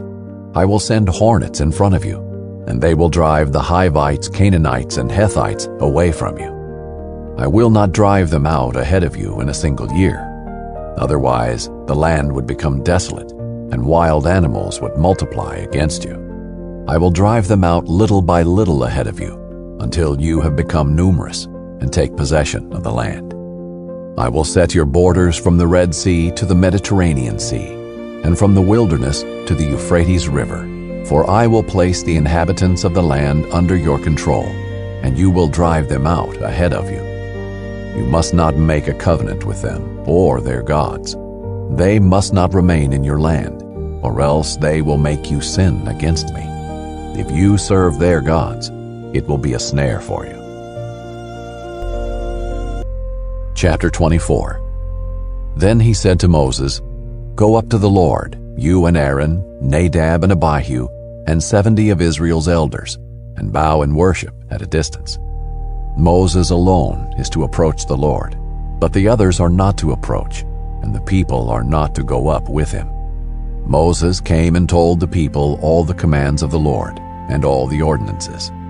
Then all the people responded with a single voice, "We will do everything that the Lord has commanded." Then Moses wrote down all the words of the Lord. He rose early the next morning and set up an altar and 12 pillars for the 12 tribes of Israel at the base of the mountain. Then he sent out young Israelite men, and they offered burnt offerings and sacrificed bulls as fellowship offerings to the Lord. Moses took half the blood and set it in basins. The other half of the blood he splattered on the altar. He then took the covenant scroll and read it aloud to the people. They responded, "We will do and obey all that the Lord has commanded." Moses took the blood, splattered it on the people, and said, "This is the blood of the covenant that the Lord has made with you concerning all these words." Then Moses went up with Aaron, Nadab, and Abihu, and 70 of Israel's elders, and they saw the God of Israel. Beneath his feet was something like a pavement made of lapis lazuli, as clear as the sky itself. God did not harm the Israelite nobles. They saw him, and they ate and drank. The Lord said to Moses, "Come up to me on the mountain and stay there, so that I may give you the stone tablets with the law and commandments I have written for their instruction." So Moses arose with his assistant Joshua and went up the mountain of God. He told the elders, "Wait here for us until we return to you. Aaron and Hur are here with you. Whoever has a dispute should go to them." When Moses went up the mountain, the cloud covered it. The glory of the Lord settled on Mount Sinai, and the cloud covered it for 6 days. On the 7th day, he called to Moses from the cloud. The appearance of the Lord's glory to the Israelites was like a consuming fire on the mountaintop. Moses entered the cloud as he went up the mountain, and he remained on the mountain 40 days and 40 nights. Chapter 25. The Lord spoke to Moses, "Tell the Israelites to take an offering for me. You are to take my offering from everyone who is willing to give.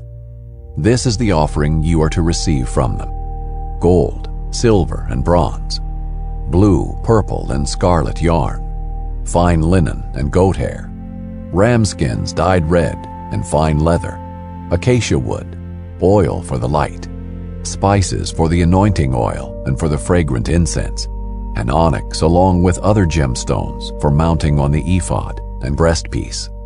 They are to make a sanctuary for me, so that I may dwell among them. You must make it according to all that I show you, the pattern of the tabernacle as well as the pattern of all its furnishings. They are to make an ark of acacia wood, 45 inches long, 27 inches wide, and 27 inches high. Overlay it with pure gold. Overlay it both inside and out. Also make a gold molding all around it. Cast 4 gold rings for it, and place them on its 4 feet, 2 rings on one side and 2 rings on the other side. Make poles of acacia wood, and overlay them with gold. Insert the poles into the rings on the sides of the ark in order to carry the ark with them. The poles are to remain in the rings of the ark. They must not be removed from it. Put the tablets of the testimony that I will give you into the ark. Make a mercy seat of pure gold, 45 inches long and 27 inches wide. Make 2 cherubim of gold. Make them of hammered work at the 2 ends of the mercy seat. Make 1 cherub at one end and 1 cherub at the other end. At its 2 ends make the cherubim of one piece with the mercy seat. The cherubim are to have wings spread out above, covering the mercy seat with their wings, and are to face one another. The faces of the cherubim should be toward the mercy seat. Set the mercy seat on top of the ark, and put the tablets of the testimony that I will give you into the ark. I will meet with you there above the mercy seat, between the two cherubim that are over the ark of the testimony. I will speak with you from there about all that I command you regarding the Israelites. You are to construct a table of acacia wood, 36 inches long, 18 inches wide, and 27 inches high. Overlay it with pure gold, and make a gold molding all around it. Make a 3-inch frame all around it, and make a gold molding for it all around its frame. Make 4 gold rings for it, and attach the rings to the 4 corners at its 4 legs. The rings should be next to the frame as holders for the poles to carry the table. Make the poles of acacia wood and overlay them with gold, and the table can be carried by them. You are also to make its plates and cups, as well as its pitchers and bowls for pouring drink offerings. Make them out of pure gold. Put the bread of the presence on the table before me at all times. You are to make a lampstand out of pure hammered gold. It is to be made of one piece, its base and shaft, its ornamental cups, and its buds and petals. 6 branches are to extend from its sides, 3 branches of the lampstand from one side, and 3 branches of the lampstand from the other side. They are to be 3 cups, shaped like almond blossoms, each with a bud and petals on one branch, and 3 cups shaped like almond blossoms, each with a bud and petals on the next branch. It is to be this way for the 6 branches that extend from the lampstand. There are to be 4 cups shaped like almond blossoms on the lampstand shaft, along with its buds and petals. For the 6 branches that extend from the lampstand, a bud must be under the first pair of branches from it, a bud under the second pair of branches from it, and a bud under the third pair of branches from it. Their buds and branches are to be of one piece. All of it is to be a single hammered piece of pure gold. Make it 7 lamps, and set them up so that they illuminate the area in front of it. Its snuffers and fire pans must be of pure gold. The lampstand with all these utensils is to be made from 75 pounds of pure gold. Be careful to make them according to the pattern you have been shown on the mountain. Chapter 26.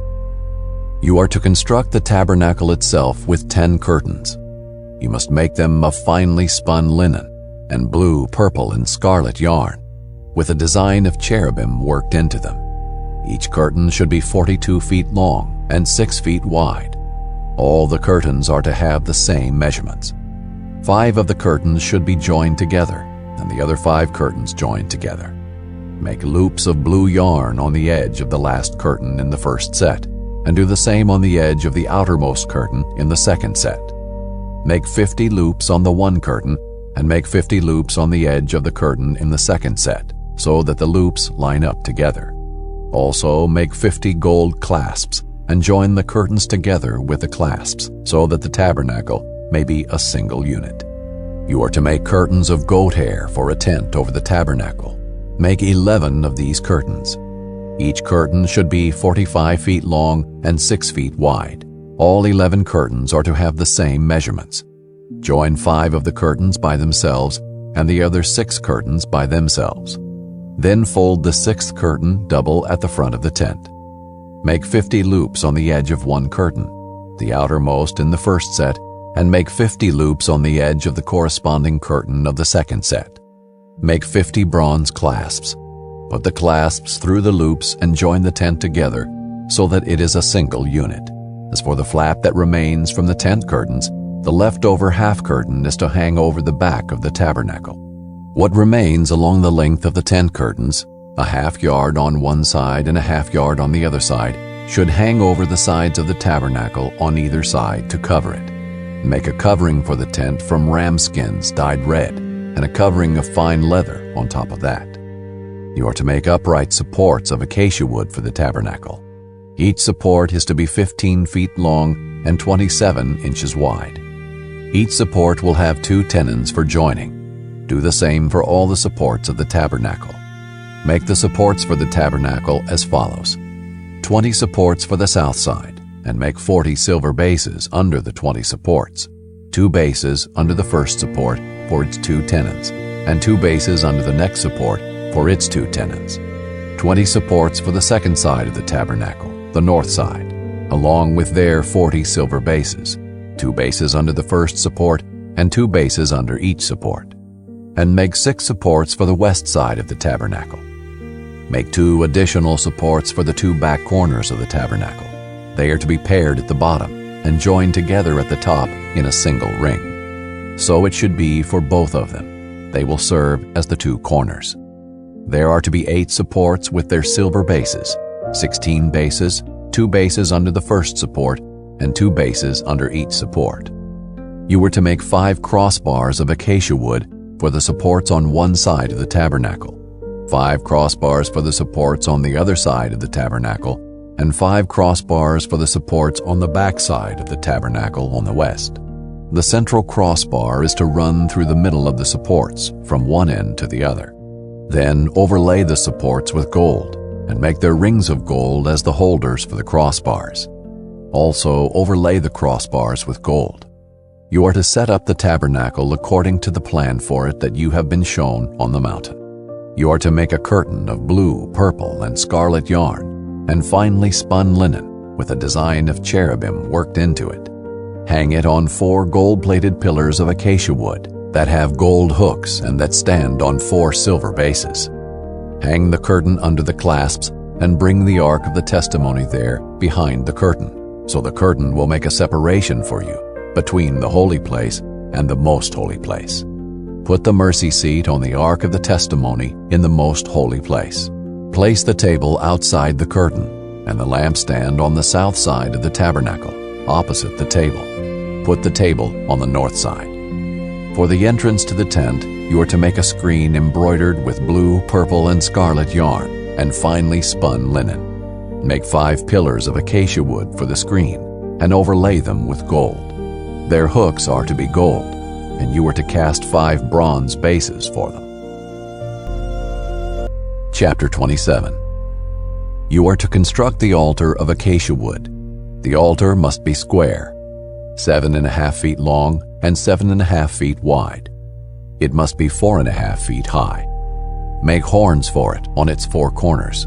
The horns are to be of 1 piece. Overlay it with bronze. Make its pots for removing ashes, and its shovels, basins, meat forks, and fire pans.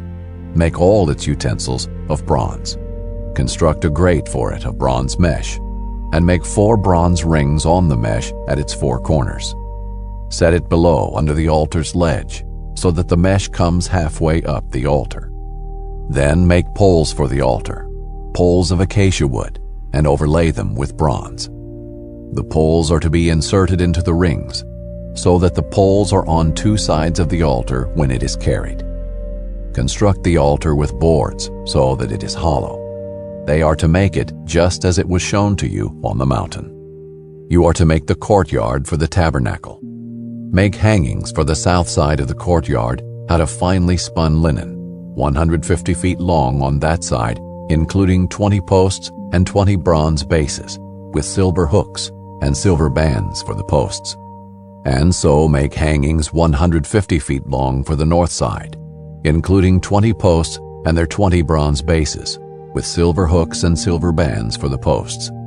For the width of the courtyard, make hangings 75 feet long for the west side, including their 10 posts and their 10 bases. And for the width of the courtyard on the east side toward the sunrise, 75 feet. Make hangings 22.5 feet long for one side of the gate, including their 3 posts and their 3 bases, and make hangings 22.5 feet long for the other side, including their 3 posts and their 3 bases. The gate of the courtyard is to have a 30-foot screen embroidered with blue, purple, and scarlet yarn and finely spun linen. It is to have 4 posts and their 4 bases. All the posts around the courtyard are to be banded with silver and have silver hooks and bronze bases. The courtyard is to be 150 feet long, 75 feet wide at each end, and 7.5 feet high, all of it made of finely spun linen. The bases of the posts are to be bronze. All the utensils of the tabernacle for every use and all its tent pegs as well as all the tent pegs of the courtyard are to be made of bronze. You are to command the Israelites to bring you pure oil from crushed olives for the light, in order to keep the lamp burning regularly. In the tent of meeting outside the curtain that is in front of the testimony, Aaron and his sons are to tend the lamp, from evening until morning before the Lord. This is to be a permanent statute for the Israelites throughout their generations. Chapter 28. Have your brother Aaron with his sons come to you from the Israelites to serve me as priest. Aaron, his sons Nadab and Abihu, Eleazar and Ithamar. Make holy garments for your brother Aaron, for glory and beauty. You are to instruct all the skilled artisans whom I have filled with the spirit of wisdom to make Aaron's garments for consecrating him to serve me as priest. These are the garments that they must make: a breastpiece, an ephod, a robe, a specially woven tunic, a turban, and a sash. They are to make holy garments for your brother Aaron and his sons, so that they may serve me as priests. They should use gold, blue, purple, and scarlet yarn, and fine linen. They are to make the ephod of finely spun linen, embroidered with gold, and with blue, purple, and scarlet yarn. It must have 2 shoulder pieces attached to its 2 edges, so that it can be joined together. The artistically woven waistband that is on the ephod must be of 1 piece, according to the same workmanship of gold, of blue, purple, and scarlet yarn, and of finely spun linen. Take 2 onyx stones and engrave on them the names of Israel's sons, 6 of their names on the first stone, and the remaining 6 names on the second stone, in the order of their birth. Engrave the 2 stones with the names of Israel's sons as a gem cutter engraves a seal. Mount them surrounded with gold filigree settings. Fasten both stones on the shoulder pieces of the ephod as memorial stones for the Israelites. Aaron will carry their names on his 2 shoulders before the Lord as a reminder. Fashion gold filigree settings and 2 chains of pure gold. You will make them of braided cord work and attach the cord chains to the settings. You are to make an embroidered breastpiece for making decisions. Make it with the same workmanship as the ephod. Make it of gold, of blue, purple, and scarlet yarn, and of finely spun linen. It must be square and folded double, 9 inches long and 9 inches wide. Place a setting of gemstones on it, 4 rows of stones. The first row should be a row of carnelian, topaz, and emerald. The second row, a turquoise, a lapis lazuli, and a diamond. The third row, a jacinth, an agate, and an amethyst. And the fourth row, a beryl, an onyx, and a jasper. They should be adorned with gold filigree in their settings. The 12 stones are to correspond to the names of Israel's sons. Each stone must be engraved like a seal with one of the names of the 12 tribes. You are to make braided chains of pure gold cord work for the breastpiece. Fashion 2 gold rings for the breastpiece and attach 2 corners. Then attach the 2 gold cords to the 2 gold rings at the corners of the breastpiece. Attach the other ends of the 2 cords to the 2 filigree settings, and in this way attach them to the ephod's shoulder pieces in the front. Make 2 other gold rings and put them at the 2 other corners of the breastpiece on the edge that is next to the inner border of the ephod. Make 2 more gold rings and attach them to the bottom of the ephod's 2 shoulder pieces on its front, close to its seam, and above the ephod's woven waistband. The artisans are to tie the breastpiece from its rings to the rings of the ephod with a cord of blue yarn, so that the breastpiece is above the ephod's waistband and does not come loose from the ephod.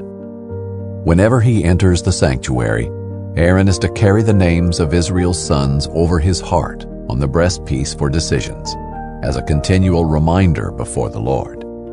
Place the Urim and Thummim in the breastpiece for decisions, so that they will also be over Aaron's heart whenever he comes before the Lord. Aaron will continually carry the means of decisions for the Israelites over his heart before the Lord. You are to make the robe of the ephod entirely of blue yarn. There should be an opening at its top in the center of it. Around the opening there should be a woven collar with an opening like that of body armor, so that it does not tear. Make pomegranates of blue, purple, and scarlet yarn on its lower hem and all around it. Put gold bells between them all the way around, so that gold bells and pomegranates alternate around the lower hem of the robe. The robe will be worn by Aaron whenever he ministers, and its sound will be heard when he enters the sanctuary before the Lord, and when he exits, so that he does not die. You are to make a pure gold medallion and engrave it like the engraving of a seal, holy to the Lord. Fasten it to a cord of blue yarn, so it can be placed on the turban. The medallion is to be on the front of the turban. It will be on Aaron's forehead, so that Aaron may bear the guilt connected with the holy offerings that the Israelites consecrate as all their holy gifts. It is always to be on his forehead, so that they may find acceptance with the Lord. You are to weave the tunic from fine linen, make a turban of fine linen, and make an embroidered sash. Make tunics, sashes, and headbands for Aaron's sons, to give them glory and beauty. Put these on your brother Aaron and his sons. Then anoint, ordain, and consecrate them, so that they may serve me as priests. Make them linen undergarments to cover their naked bodies. They must extend from the waist to the thighs. These must be worn by Aaron and his sons whenever they enter the tent of meeting or approach the altar to minister in the sanctuary area, so that they do not incur guilt and die. This is to be a permanent statute for Aaron and for his future descendants. Chapter 29. This is what you are to do for them to consecrate them to serve me as priests. Take a young bull and 2 unblemished rams, with unleavened bread, unleavened cakes mixed with oil, and unleavened wafers coated with oil. Make them out of fine wheat flour. Put them in a basket, and bring them in the basket along with the bull and 2 rams. Bring Aaron and his sons to the entrance to the tent of meeting and wash them with water. Then take the garments and clothe Aaron with the tunic, the robe for the ephod itself, and the breastpiece. Fasten the ephod on him with its woven waistband. Put the turban on his head, and place the holy diadem on the turban. Take the anointing oil, pour it on his head, and anoint him. You must also bring his sons, and clothe them with tunics. Tie the sashes on Aaron and his sons, and fasten headbands on them. The priesthood is to be theirs by a permanent statute. This is the way you will ordain Aaron and his sons.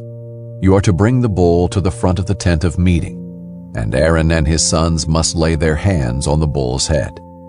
Slaughter the bull before the Lord at the entrance to the tent of meeting. Take some of the bull's blood and apply it to the horns of the altar with your finger. Then pour out all the rest of the blood at the base of the altar.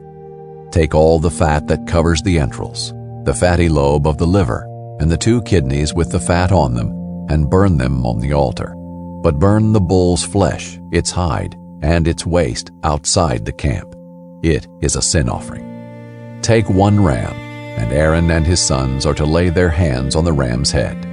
You are to slaughter the ram, take its blood, and splatter it on all sides of the altar. Cut the ram into pieces. Wash its entrails and legs, and place them with its head and its pieces on the altar. Then burn the whole ram on the altar. It is a burnt offering to the Lord. It is a pleasing aroma, a food offering to the Lord. You are to take the 2nd ram, and Aaron and his sons must lay their hands on the ram's head. Slaughter the ram, take some of its blood, and put it on Aaron's right earlobe, on his sons' right earlobes, on the thumbs of their right hands, and on the big toes of their right feet. Splatter the remaining blood on all sides of the altar. Take some of the blood that is on the altar and some of the anointing oil, and sprinkle them on Aaron and his garments, as well as on his sons and their garments. So he and his garments will be holy, as well as his sons and their garments. Take the fat from the ram, the fat tail, the fat covering the entrails, the fatty lobe of the liver, the 2 kidneys and the fat on them, and the right thigh, since this is a ram for ordination. Take 1 loaf of bread, 1 cake of bread made with oil, and 1 wafer from the basket of unleavened bread that is before the Lord, and put all of them in the hands of Aaron and his sons, and present them as a presentation offering before the Lord. Take them from their hands and burn them on the altar on top of the burnt offering, as a pleasing aroma before the Lord. It is a food offering to the Lord. Take the breast from the ram of Aaron's ordination and present it as a presentation offering before the Lord. It is to be your portion. Consecrate for Aaron and his sons the breast of the presentation offering that is presented, and the thigh of the contribution that is lifted up from the ram of ordination. This will belong to Aaron and his sons as a regular portion from the Israelites, for it is a contribution. It will be the Israelites' contribution from their fellowship sacrifices, their contribution to the Lord. The holy garments that belong to Aaron are to belong to his sons after him, so that they can be anointed and ordained in them. Any priest who is one of his sons and who succeeds him and enters the tent of meeting to minister in the sanctuary must wear them for 7 days. You are to take the ram of ordination and boil its flesh in a holy place. Aaron and his sons are to eat the meat of the ram and the bread that is in the basket at the entrance to the tent of meeting. They must eat those things by which atonement was made at the time of their ordination and consecration. An unauthorized person must not eat them, for these things are holy. If any of the meat of ordination or any of the bread is left until morning, burn what is left over. It must not be eaten, because it is holy. This is what you are to do for Aaron and his sons based on all I have commanded you. Take 7 days to ordain them. Sacrifice a bull as a sin offering each day for atonement. Purify the altar when you make atonement for it, and anoint it in order to consecrate it. For 7 days you must make atonement for the altar and consecrate it. The altar will be especially holy. Whatever touches the altar will be consecrated. This is what you are to offer regularly on the altar every day. 2-year-old lambs. In the morning offer 1 lamb, and at twilight offer the other lamb. With the first lamb, offer 2 quarts of fine flour mixed with 1 quart of oil from crushed olives, and a drink offering of 1 quart of wine. You are to offer the second lamb at twilight. Offer a grain offering and a drink offering with it, like the one in the morning, as a pleasing aroma, a food offering to the Lord. This will be a regular burnt offering throughout your generations at the entrance to the tent of meeting before the Lord, where I will meet you to speak with you. I will also meet with the Israelites there, and that place will be consecrated by my glory. I will consecrate the tent of meeting and the altar. I will also consecrate Aaron and his sons to serve me as priests. I will dwell among the Israelites and be their God, and they will know that I am the Lord their God, who brought them out of the land of Egypt, so that I might dwell among them. I am the Lord their God. Chapter 30. You are to make an altar for the burning of incense. Make it of acacia wood. It must be square, 18 inches long, and 18 inches wide. It must be 36 inches high. Its horns must be of 1 piece with it. Overlay its top, all around its sides and its horns, with pure gold. Make a gold molding all around it. Make 2 gold rings for it under the molding, on 2 of its sides. Put these on opposite sides of it to be holders for the poles to carry it with. Make the poles of acacia wood and overlay them with gold.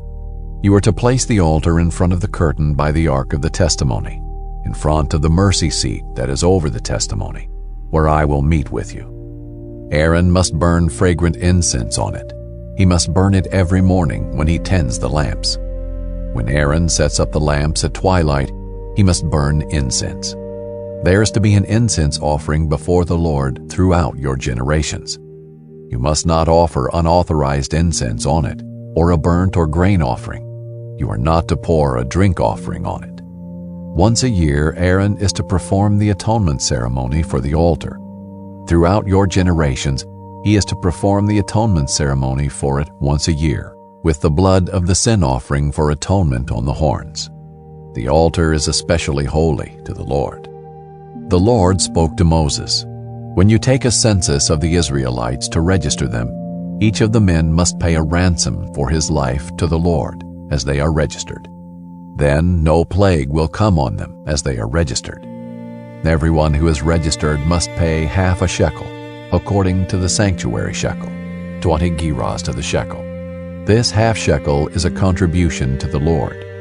Each man who is registered, 20 years old or more, must give this contribution to the Lord.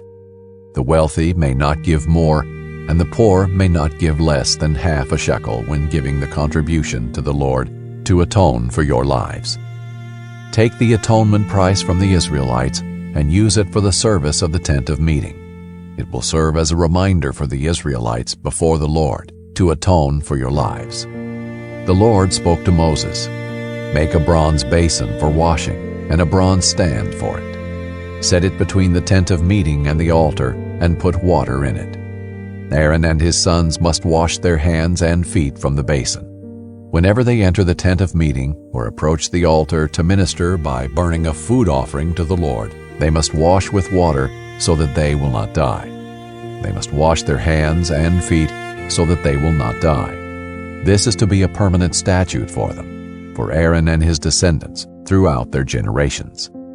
The Lord spoke to Moses, "Take for yourself the finest spices, 12.5 pounds of liquid myrrh, half as much, 6.25 pounds of fragrant cinnamon, 6.25 pounds of fragrant cane, 12.5 pounds of cassia by the sanctuary shekel, and a gallon of olive oil.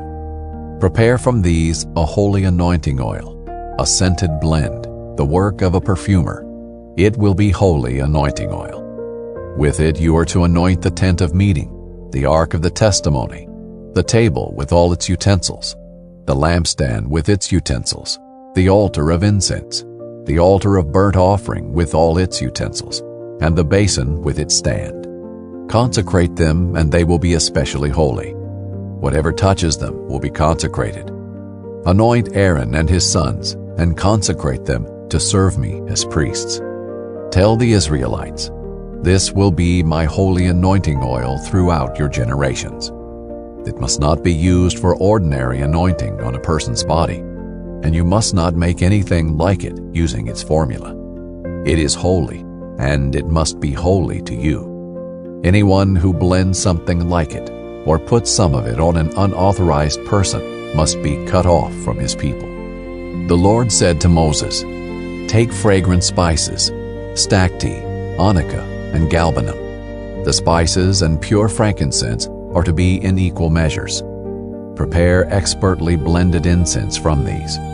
It is to be seasoned with salt, pure and holy.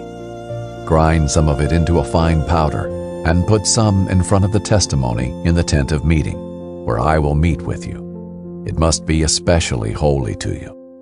As for the incense you are making, you must not make any for yourselves using its formula. It is to be regarded by you as holy, belonging to the Lord. Anyone who makes something like it to smell its fragrance must be cut off from his people." Chapter 31. The Lord also spoke to Moses, "Look, I have appointed by name Bezalel, son of Uri, son of Hur, of the tribe of Judah. I have filled him with God's Spirit, with wisdom, understanding, and ability in every craft, to design artistic works in gold, silver, and bronze, to cut gemstones for mounting, and to carve wood for work in every craft. I have also selected Aholiab, son of Ahisamach, of the tribe of Dan, to be with him.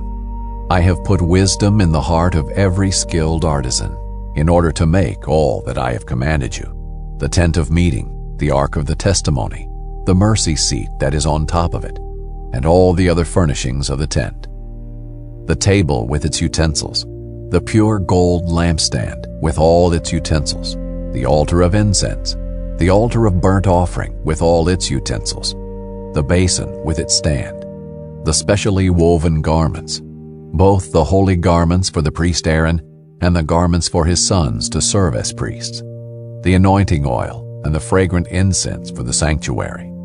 They must make them according to all that I have commanded you." The Lord said to Moses, "Tell the Israelites, you must observe my Sabbaths, for it is a sign between me and you throughout your generations. so that you will know that I am the Lord who consecrates you. Observe the Sabbath, for it is holy to you. Whoever profanes it must be put to death. If anyone does work on it, that person must be cut off from his people. Work may be done for 6 days, but on the seventh day there must be a Sabbath of complete rest, holy to the Lord. Anyone who does work on the Sabbath day must be put to death. The Israelites must observe the Sabbath, celebrating it throughout their generations as a permanent covenant. It is a sign forever between me and the Israelites. For in 6 days the Lord made the heavens and the earth, but on the seventh day he rested and was refreshed.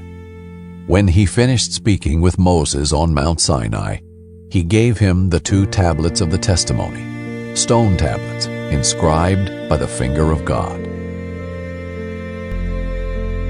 Chapter 32. When the people saw that Moses delayed in coming down from the mountain, they gathered around Aaron and said to him, "Come, make gods for us who will go before us, because this Moses, the man who brought us up from the land of Egypt, we don't know what has happened to him." Aaron replied to them, "Take off the gold rings that are on the ears of your wives, your sons, and your daughters, and bring them to me." So all the people took off the gold rings that were on their ears and brought them to Aaron. He took the gold from them, fashioned it with an engraving tool, and made it into an image of a calf. Then they said, "Israel, these are your gods who brought you up from the land of Egypt." When Aaron saw this, he built an altar in front of it and made an announcement. "There will be a festival to the Lord tomorrow." Early the next morning they arose, offered burnt offerings, and presented fellowship offerings. The people sat down to eat and drink, and got up to party. The Lord spoke to Moses, "Go down at once, for your people you brought up from the land of Egypt have acted corruptly. They have quickly turned from the way I commanded them. They have made for themselves an image of a calf. They have bowed down to it, sacrificed to it, and said, 'Israel, these are your gods who brought you up from the land of Egypt.' The Lord also said to Moses, 'I have seen this people, and they are indeed a stiff-necked people. Now leave me alone so that my anger can burn against them, and I can destroy them. Then I will make you into a great nation.' But Moses sought the favor of the Lord his God. 'Lord, why does your anger burn against your people you brought out of the land of Egypt with great power and a strong hand? Why should the Egyptians say, "He brought them out with an evil intent to kill them in the mountains and eliminate them from the face of the earth"? Turn from your fierce anger and relent concerning this disaster planned for your people. Remember your servants Abraham, Isaac, and Israel. You swore to them by yourself and declared, "I will make your offspring as numerous as the stars of the sky, and will give your offspring all this land that I have promised, and they will inherit it forever." So the Lord relented concerning the disaster he had said he would bring on his people. Then Moses turned and went down the mountain with the 2 tablets of the testimony in his hands. They were inscribed on both sides, inscribed front and back. The tablets were the work of God, and the writing was God's writing engraved on the tablets. When Joshua heard the sound of the people as they shouted, he said to Moses, "There is a sound of war in the camp." But Moses replied, "It's not the sound of a victory cry, and not the sound of a cry of defeat. I hear the sound of singing." As he approached the camp and saw the calf and the dancing, Moses became enraged and threw the tablets out of his hands, smashing them at the base of the mountain. He took the calf they had made, burned it up, and ground it to powder. He scattered the powder over the surface of the water and forced the Israelites to drink the water. Then Moses asked Aaron, "What did these people do to you that you have led them into such a grave sin?" "Don't be enraged, my lord," Aaron replied. "You yourself know that the people are intent on evil. They said to me, 'Make gods for us, who will go before us, because this Moses, the man who brought us up from the land of Egypt, we don't know what has happened to him." So I said to them, "Whoever has gold, take it off." And they gave it to me. When I threw it into the fire, out came this calf. Moses saw that the people were out of control, for Aaron had let them get out of control, making them a laughingstock to their enemies. And Moses stood at the camp's entrance and said, "Whoever is for the Lord, come to me." And all the Levites gathered around him. He told them, "This is what the Lord, the God of Israel, says. Every man fasten his sword to his side. Go back and forth through the camp, from entrance to entrance, and each of you kill his brother, his friend, and his neighbor."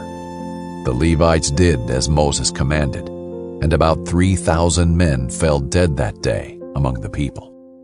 Afterward Moses said, "Today you have been dedicated to the Lord, since each man went against his son and his brother. Therefore you have brought a blessing on yourselves today." The following day Moses said to the people, "You have committed a grave sin. Now I will go up to the Lord. Perhaps I will be able to atone for your sin." So Moses returned to the Lord and said, "Oh, these people have committed a grave sin. They have made a god of gold for themselves. Now if you would only forgive their sin, but if not, please erase me from the book you have written." The Lord replied to Moses, "Whoever has sinned against me, I will erase from my book. Now go, lead the people to the place I told you about. See, my angel will go before you.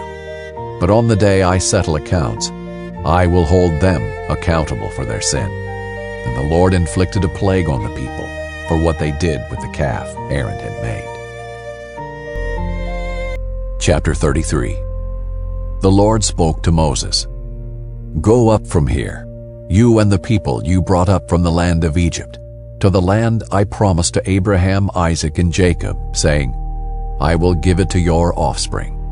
I will send an angel ahead of you, and will drive out the Canaanites, Amorites, Hittites, Perizzites, Hivites, and Jebusites. Go up to a land flowing with milk and honey. But I will not go up with you, because you are a stiff-necked people. Otherwise, I might destroy you on the way." When the people heard this bad news, they mourned and didn't put on their jewelry. For the Lord said to Moses, "Tell the Israelites, you are a stiff-necked people. If I went up with you for a single moment, I would destroy you. Now take off your jewelry, and I will decide what to do with you." So the Israelites remained stripped of their jewelry from Mount Horeb onward. Now Moses took a tent and pitched it outside the camp at a distance from the camp. He called it the Tent of Meeting. Anyone who wanted to consult the Lord would go to the tent of meeting that was outside the camp. Whenever Moses went out to the tent, all the people would stand up, each one at the door of his tent, and they would watch Moses until he entered the tent. When Moses entered the tent, the pillar of cloud would come down and remain at the entrance to the tent, and the Lord would speak with Moses. As all the people saw the pillar of cloud remaining at the entrance to the tent, they would stand up, then bow in worship, each one at the door of his tent. The Lord would speak with Moses face to face, just as a man speaks with his friend. Then Moses would return to the camp. His assistant, the young man Joshua, son of Nun, would not leave the inside of the tent. Moses said to the Lord, "Look, you have told me, lead this people up, but you have not let me know whom you will send with me. You said, I know you by name, and you have also found favor with me. Now if I have indeed found favor with you, please teach me your ways, and I will know you so that I may find favor with you. Now consider that this nation is your people." And he replied, "My presence will go with you, and I will give you rest." "If your presence does not go," Moses responded to him, "don't make us go up from here. How will it be known that I and your people have found favor with you unless you go with us? I and your people will be distinguished by this from all the other people on the face of the earth." The Lord answered Moses, I will do this very thing you have asked, for you have found favor with me, and I know you by name." Then Moses said, "Please, let me see your glory." He said, "I will cause all my goodness to pass in front of you, and I will proclaim the name, the Lord, before you. I will be gracious to whom I will be gracious, and I will have compassion on whom I will have compassion." But he added, "You cannot see my face, for humans cannot see me and live." The Lord said, "Here is a place near me. You are to stand on the rock, and when my glory passes by, I will put you in the crevice of the rock and cover you with my hand until I have passed by. Then I will take my hand away, and you will see my back, but my face will not be seen." Chapter 34. The Lord said to Moses, "Cut 2 stone tablets like the first ones, and I will write on them the words that were on the first tablets, which you broke. Be prepared by morning. Come up Mount Sinai in the morning and stand before me on the mountaintop. No one may go up with you. In fact, no one should be seen anywhere on the mountain. Even the flocks and herds are not to graze in front of that mountain." Moses cut 2 stone tablets like the first ones. He got up early in the morning, and taking the 2 stone tablets in his hand, he climbed Mount Sinai just as the Lord had commanded him. The Lord came down in a cloud, stood with him there, and proclaimed his name, the Lord. The Lord passed in front of him and proclaimed, the Lord is a compassionate and gracious God, slow to anger, and abounding in faithful love and truth, maintaining faithful love to 1,000 generations, forgiving iniquity, rebellion, and sin. But he will not leave the guilty unpunished, bringing the consequences of the father's iniquity on the children and grandchildren to the 3rd and 4th generation. Moses immediately knelt low on the ground and worshipped. Then he said, "My Lord, if I have indeed found favor with you, my Lord, please, go with us. Even though this is a stiff-necked people, forgive our iniquity and our sin, and accept us as your own possession." And the Lord responded, "Look, I am making a covenant. In the presence of all your people, I will perform wonders that have never been done in the whole earth or in any nation. All the people you live among will see the Lord's work, for what I am doing with you is awe-inspiring. Observe what I command you today. I'm going to drive out before you the Amorites, Canaanites, Hittites, Perizzites, Hivites, and Jebusites. Be careful not to make a treaty with the inhabitants of the land that you are going to enter. Otherwise, they will become a snare among you. Instead, you must tear down their altars, smash their sacred pillars, and chop down their Asherah poles. Because the Lord is jealous for his reputation, you are never to bow down to another god. He is a jealous God. Do not make a treaty with the inhabitants of the land, or else when they prostitute themselves with their gods and sacrifice to their gods, they will invite you, and you will eat their sacrifices. Then you will take some of their daughters as brides for your sons. Their daughters will prostitute themselves with their gods and cause your sons to prostitute themselves with their gods. Do not make cast images of gods for yourselves. Observe the festival of unleavened bread. You are to eat unleavened bread for 7 days at the appointed time in the month of Abib, as I commanded you, for you came out of Egypt in the month of Abib. The firstborn male from every womb belongs to me, including all your male livestock, the firstborn of cattle or sheep. You may redeem the firstborn of a donkey with a sheep. If you do not redeem it, break its neck. You must redeem all the firstborn of your sons. No one is to appear before me empty-handed. You are to labor 6 days, but you must rest on the 7th day. You must even rest during plowing and harvesting times. Observe the festival of weeks with the first fruits of the wheat harvest, and the festival of ingathering at the turn of the agricultural year. 3 times a year, all your males are to appear before the Lord God, the God of Israel. For I will drive out nations before you and enlarge your territory. No one will covet your land when you go up 3 times a year to appear before the Lord your God. Do not present the blood for my sacrifice with anything leavened.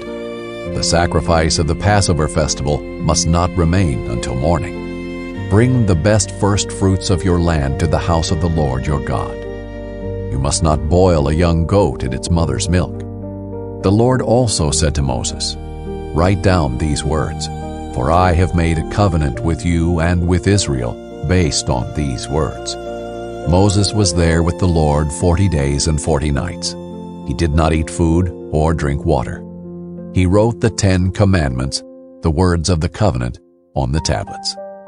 As Moses descended from Mount Sinai with the 2 tablets of the testimony in his hands as he descended the mountain, he did not realize that the skin of his face shone as a result of his speaking with the Lord. When Aaron and all the Israelites saw Moses, the skin of his face shone. They were afraid to come near him, but Moses called out to them. So Aaron and all the leaders of the community returned to him, and Moses spoke to them. Afterward, all the Israelites came near, and he commanded them to do everything the Lord had told him on Mount Sinai. When Moses had finished speaking with them, he put a veil over his face. But whenever Moses went before the Lord to speak with him, he would remove the veil until he came out. After he came out, he would tell the Israelites what he had been commanded, and the Israelites would see that Moses' face was radiant. Then Moses would put the veil over his face again until he went to speak with the Lord. Chapter 35. Moses assembled the entire Israelite community and said to them, These are the things that the Lord has commanded you to do. For 6 days work is to be done, but on the 7th day you are to have a holy day, a Sabbath of complete rest to the Lord. Anyone who does work on it must be executed. Do not light a fire in any of your homes on the Sabbath day. Then Moses said to the entire Israelite community, This is what the Lord has commanded. Take up an offering among you for the Lord. Let everyone whose heart is willing bring this as the Lord's offering: gold, silver, and bronze, blue, purple, and scarlet yarn, fine linen and goat hair, ram skins dyed red and fine leather, acacia wood, oil for the light, spices for the anointing oil and for the fragrant incense, and onyx with gemstones to mount on the ephod and breastpiece.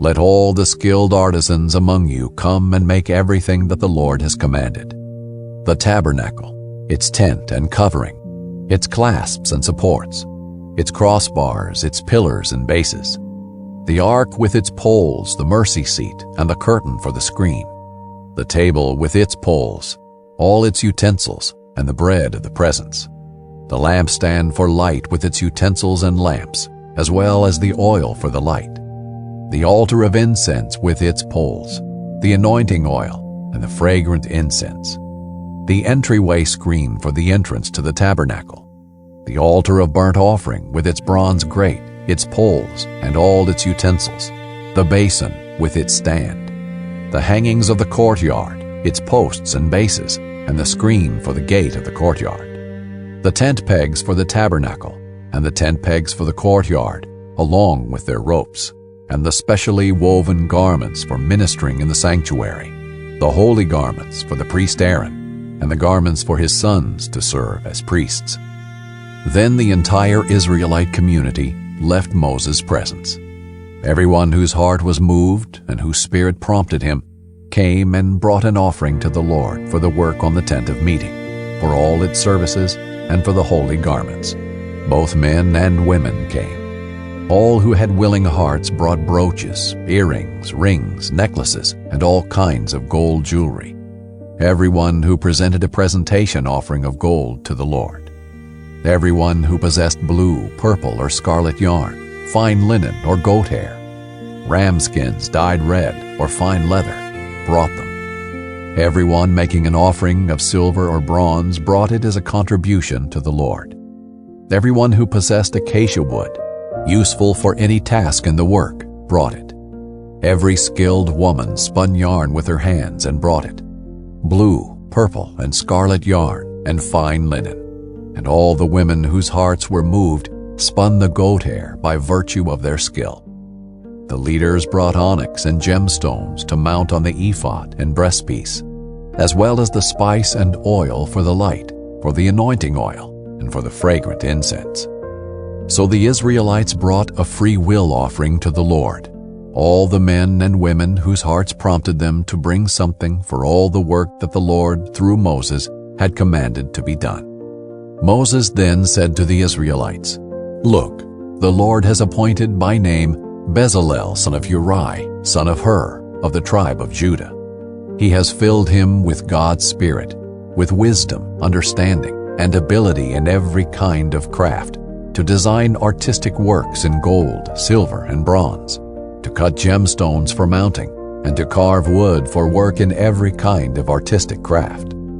He has also given both him and Aholiab, son of Ahisamach, of the tribe of Dan, the ability to teach others. He has filled them with skill to do all the work of a gem cutter, a designer, an embroiderer in blue, purple, and scarlet yarn, and fine linen, and a weaver. They can do every kind of craft and design artistic designs." Chapter 36. Bezalel, Aholiab, and all the skilled people are to work based on everything the Lord has commanded. The Lord has given them wisdom and understanding to know how to do all the work of constructing the sanctuary. So Moses summoned Bezalel, Aholiab, and every skilled person in whose heart the Lord had placed wisdom, all whose hearts moved them, to come to the work and do it. They took from Moses' presence all the contributions that the Israelites had brought for the task of making the sanctuary. Meanwhile, the people continued to bring free will offerings morning after morning. Then all the artisans who were doing all the work for the sanctuary came one by one from the work they were doing and said to Moses, "The people are bringing more than is needed for the construction of the work the Lord commanded to be done." After Moses gave an order, they sent a proclamation throughout the camp, "Let no man or woman make anything else as an offering for the sanctuary." So the people stopped. The materials were sufficient for them to do all the work. There was more than enough. All the skilled artisans among those doing the work made the tabernacle with 10 curtains. Bezalel made them of finely spun linen, as well as blue, purple, and scarlet yarn, with a design of cherubim worked into them.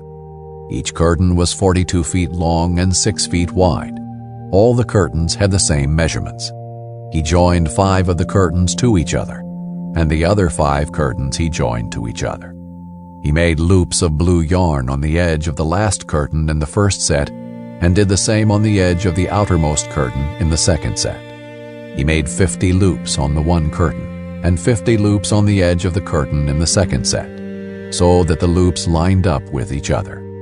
He also made 50 gold clasps and joined the curtains to each other, so that the tabernacle became a single unit. He made curtains of goat hair for a tent over the tabernacle. He made 11 of them. Each curtain was 45 feet long and 6 feet wide. All 11 curtains had the same measurements. He joined 5 of the curtains together, and the other 6 together.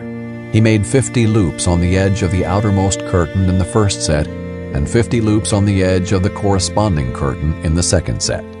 He made 50 bronze clasps to join the tent together as a single unit. He also made a covering for the tent from ram skins dyed red, and a covering of fine leather on top of it. He made upright supports of acacia wood for the tabernacle. Each support was 15 feet long and 27 inches wide. Each support had 2 tenons for joining one to another. He did the same for all the supports of the tabernacle. He made supports for the tabernacle as follows. He made 20 for the south side, and he made 40 silver bases to put under the 20 supports. 2 bases under the first support for its 2 tenons, and 2 bases under each of the following supports for their 2 tenons. For the second side of the tabernacle, the north side, he made 20 supports with their 40 silver bases, 2 bases under the first support, and 2 bases under each of the following ones. and for the back of the tabernacle on the west side, he made 6 supports.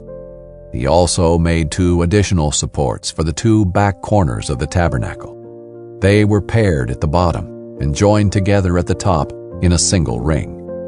This is what he did with both of them for the 2 corners. So there were 8 supports with their 16 silver bases, 2 bases under each one. He made 5 crossbars of acacia wood for the supports on one side of the tabernacle, 5 crossbars for the supports on the other side of the tabernacle, and 5 crossbars for those at the back of the tabernacle on the west. He made the central crossbar run through the middle of the supports from one end to the other. He overlaid them with gold and made their rings out of gold as holders for the crossbars. He also overlaid the crossbars with gold. Then he made the curtain with blue, purple, and scarlet yarn and finely spun linen. He made it with a design of cherubim worked into it. He made 4 pillars of acacia wood for it and overlaid them with gold. Their hooks were of gold. And he cast 4 silver bases for the pillars. He made a screen embroidered with blue, purple, and scarlet yarn and finely spun linen for the entrance to the tent, together with its 5 pillars and their hooks.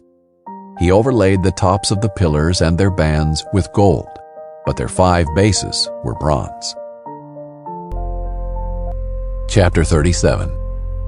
Bezalel made the ark of acacia wood, 45 inches long, 27 inches wide, and 27 inches high. He overlaid it with pure gold inside and out, and made a gold molding all around it. He cast 4 gold rings for it, for its 4 feet, 2 rings on one side and 2 rings on the other side. He made poles of acacia wood and overlaid them with gold. He inserted the poles into the rings on the sides of the ark for carrying the ark.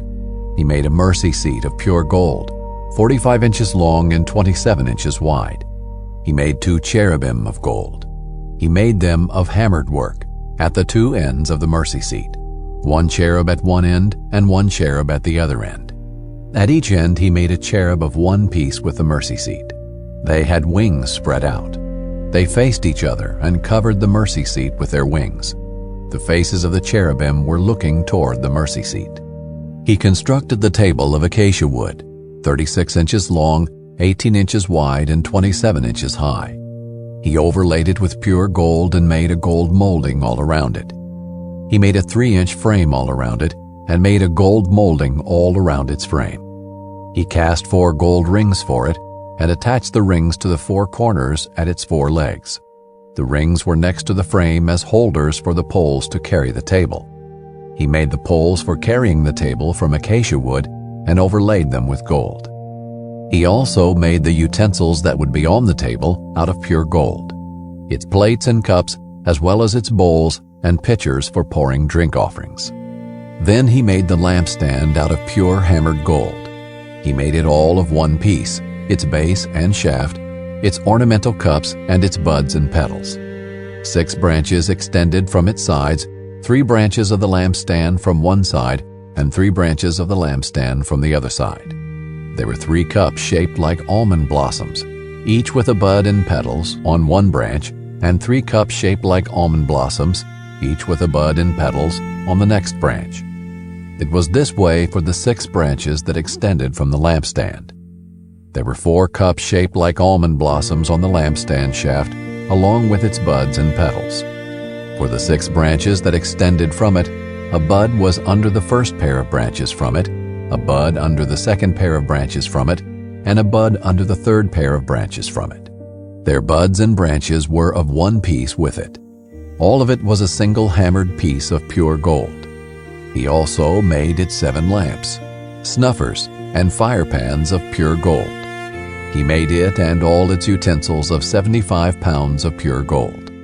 He made the altar of incense out of acacia wood.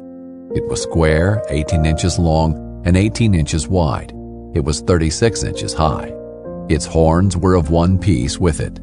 He overlaid it, its top, all around its sides, and its horns with pure gold.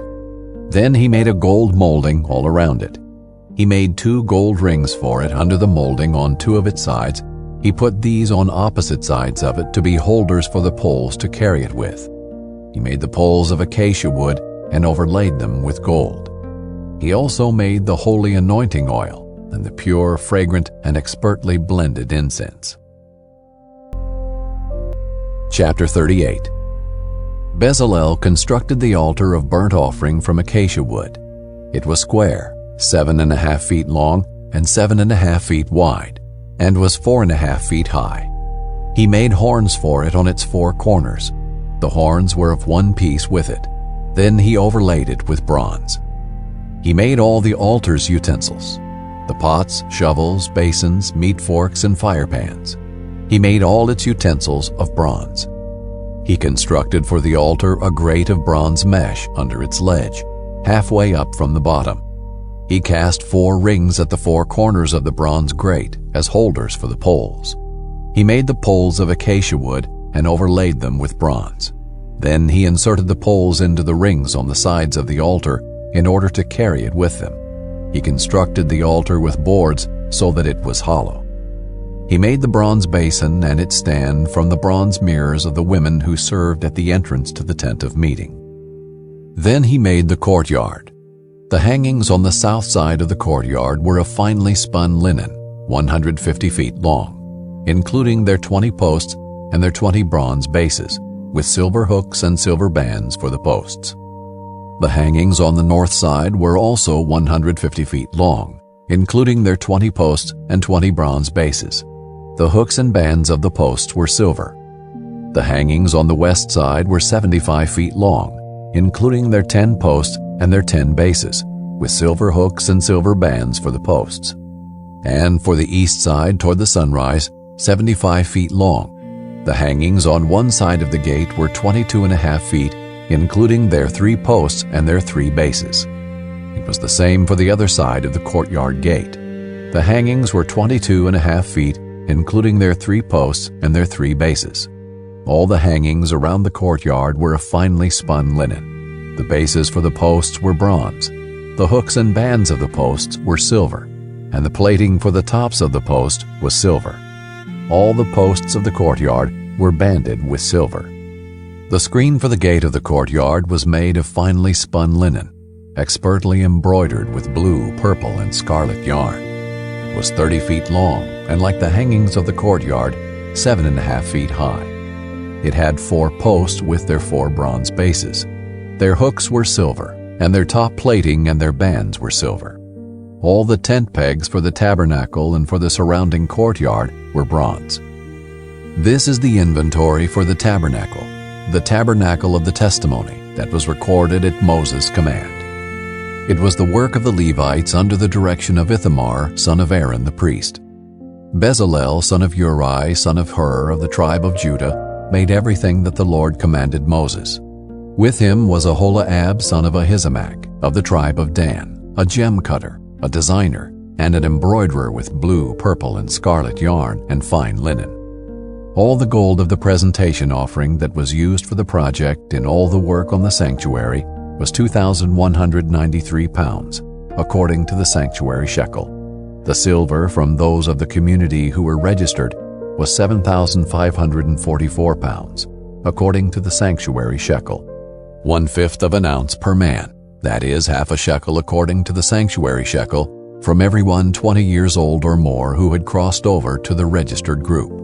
603,550 men. There were 7,500 pounds of silver used to cast the bases of the sanctuary and the bases of the curtain. 100 bases from 7,500 pounds, 75 pounds for each base. With the remaining 44 pounds, he made the hooks for the posts, overlaid their tops, and supplied bands for them. The bronze of the presentation offering totaled 5,310 pounds. He made with it the bases for the entrance to the tent of meeting, the bronze altar and its bronze grate, all the utensils for the altar, the bases for the surrounding courtyard, the bases for the gate of the courtyard, all the tent pegs for the tabernacle, and all the tent pegs for the surrounding courtyard. Chapter 39. They made specially woven garments for ministry in the sanctuary, and the holy garments for Aaron from the blue, purple, and scarlet yarn, just as the Lord had commanded Moses. Bezalel made the ephod of gold, of blue, purple, and scarlet yarn, and of finely spun linen. They hammered out thin sheets of gold, and he cut thread from them to interweave with the blue, purple, and scarlet yarn and the fine linen in a skillful design. They made shoulder pieces for attaching it. It was joined together at its two edges. The artistically woven waistband that was on the ephod was of one piece with the ephod, according to the same workmanship of gold, of blue, purple, and scarlet yarn, and of finely spun linen, just as the Lord had commanded Moses. Then they mounted the onyx stones surrounded with gold filigree settings, engraved with the names of Israel's sons as a gem cutter engraves a seal. He fastened them on the shoulder pieces of the ephod as memorial stones for the Israelites, just as the Lord had commanded Moses. He also made the embroidered breastpiece with the same workmanship as the ephod of gold, of blue, purple, and scarlet yarn, and of finely spun linen. They made the breastpiece square and folded double, 9 inches long and 9 inches wide. They mounted 4 rows of gemstones on it. The first row was a row of carnelian, topaz, and emerald. The second row, a turquoise, a lapis lazuli, and a diamond. The third row, a jacinth, an agate, and an amethyst. And the fourth row, a beryl, an onyx, and a jasper. They were surrounded with gold filigree in their settings.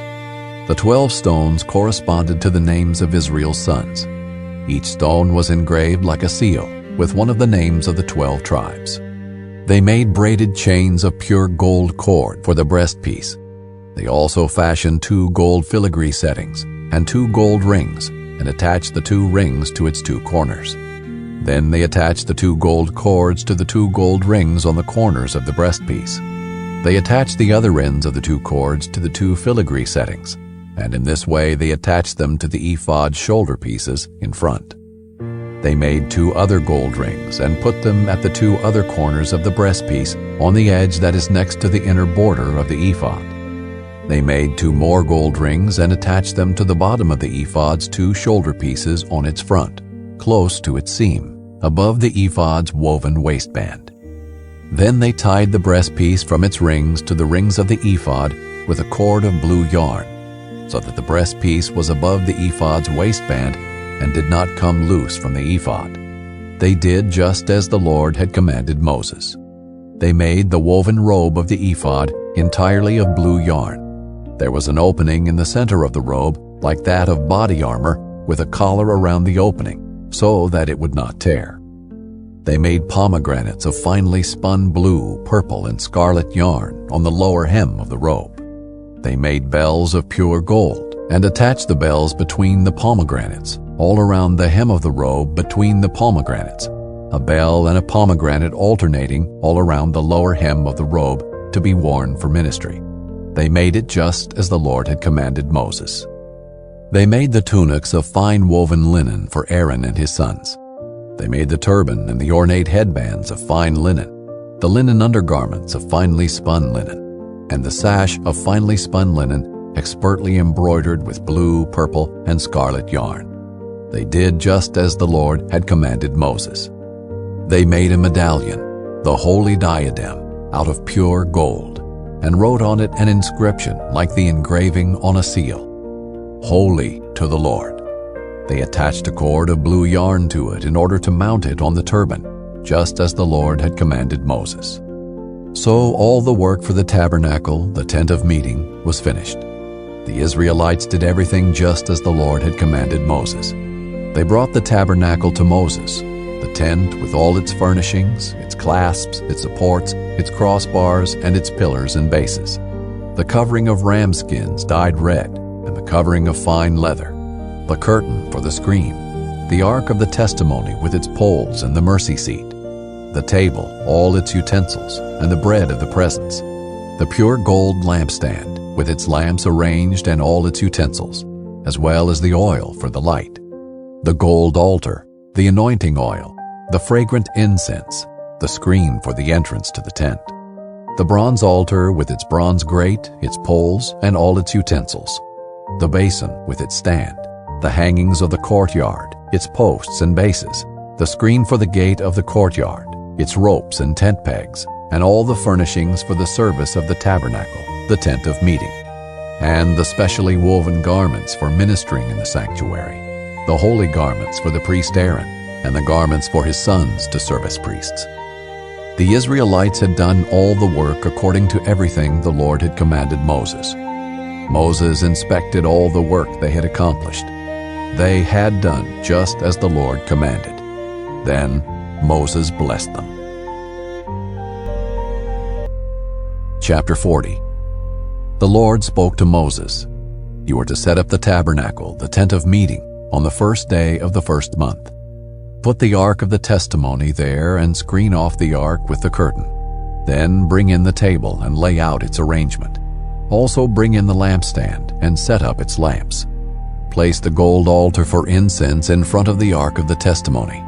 Put up the screen for the entrance to the tabernacle. Position the altar of burnt offering in front of the entrance to the tabernacle, the tent of meeting. Place the basin between the tent of meeting and the altar, and put water in it. Assemble the surrounding courtyard, and hang the screen for the gate of the courtyard. Take the anointing oil, and anoint the tabernacle and everything in it. Consecrate it, along with all its furnishings, so that it will be holy. Anoint the altar of burnt offerings and all its utensils. Consecrate the altar, so that it will be especially holy. Anoint the basin and its stand, and consecrate it. Then bring Aaron and his sons to the entrance to the tent of meeting, and wash them with water. Clothe Aaron with the holy garments, anoint him, and consecrate him, so that he can serve me as a priest. Have his sons come forward and clothe them in tunics. Anoint them just as you anointed their father, so that they may also serve me as priests. Their anointing will serve to inaugurate a permanent priesthood for them throughout their generations." Moses did everything just as the Lord had commanded him. The tabernacle was set up in the first month of the second year on the first day of the month. Moses set up the tabernacle. He laid its bases, positioned its supports, inserted its crossbars, and set up its pillars. Then he spread the tent over the tabernacle and put the covering of the tent on top of it, just as the Lord had commanded Moses. Moses took the testimony and placed it in the ark and attached the poles to the ark. He set the mercy seat on top of the ark. He brought the ark into the tabernacle, put up the curtain for the screen, and screened off the ark of the testimony, just as the Lord had commanded him. Moses placed the table in the tent of meeting on the north side of the tabernacle, outside the curtain. He arranged the bread on it before the Lord, just as the Lord had commanded him. He put the lampstand in the tent of meeting opposite the table on the south side of the tabernacle, and set up the lamps before the Lord, just as the Lord had commanded him. Moses installed the gold altar in the tent of meeting in front of the curtain, and burned fragrant incense on it, just as the Lord had commanded him. He put up the screen at the entrance to the tabernacle. He placed the altar of burnt offering at the entrance to the tabernacle, the tent of meeting, and offered the burnt offering and the grain offering on it, just as the Lord had commanded him. He set the basin between the tent of meeting and the altar, and put water in it for washing. Moses, Aaron, and his sons washed their hands and feet from it. They washed whenever they came to the tent of meeting and approached the altar, just as the Lord had commanded Moses. Next, Moses set up the surrounding courtyard for the tabernacle and the altar, and hung a screen for the gate of the courtyard. So Moses finished the work. The cloud covered the tent of meeting, and the glory of the Lord filled the tabernacle. Moses was unable to enter the tent of meeting because the cloud rested on it, and the glory of the Lord filled the tabernacle. The Israelites set out whenever the cloud was taken up from the tabernacle throughout all the stages of their journey. If the cloud was not taken up, they did not set out until the day it was taken up. For the cloud of the Lord was over the tabernacle by day, and there was a fire inside the cloud by night, visible to the entire house of Israel throughout all the stages of their journey.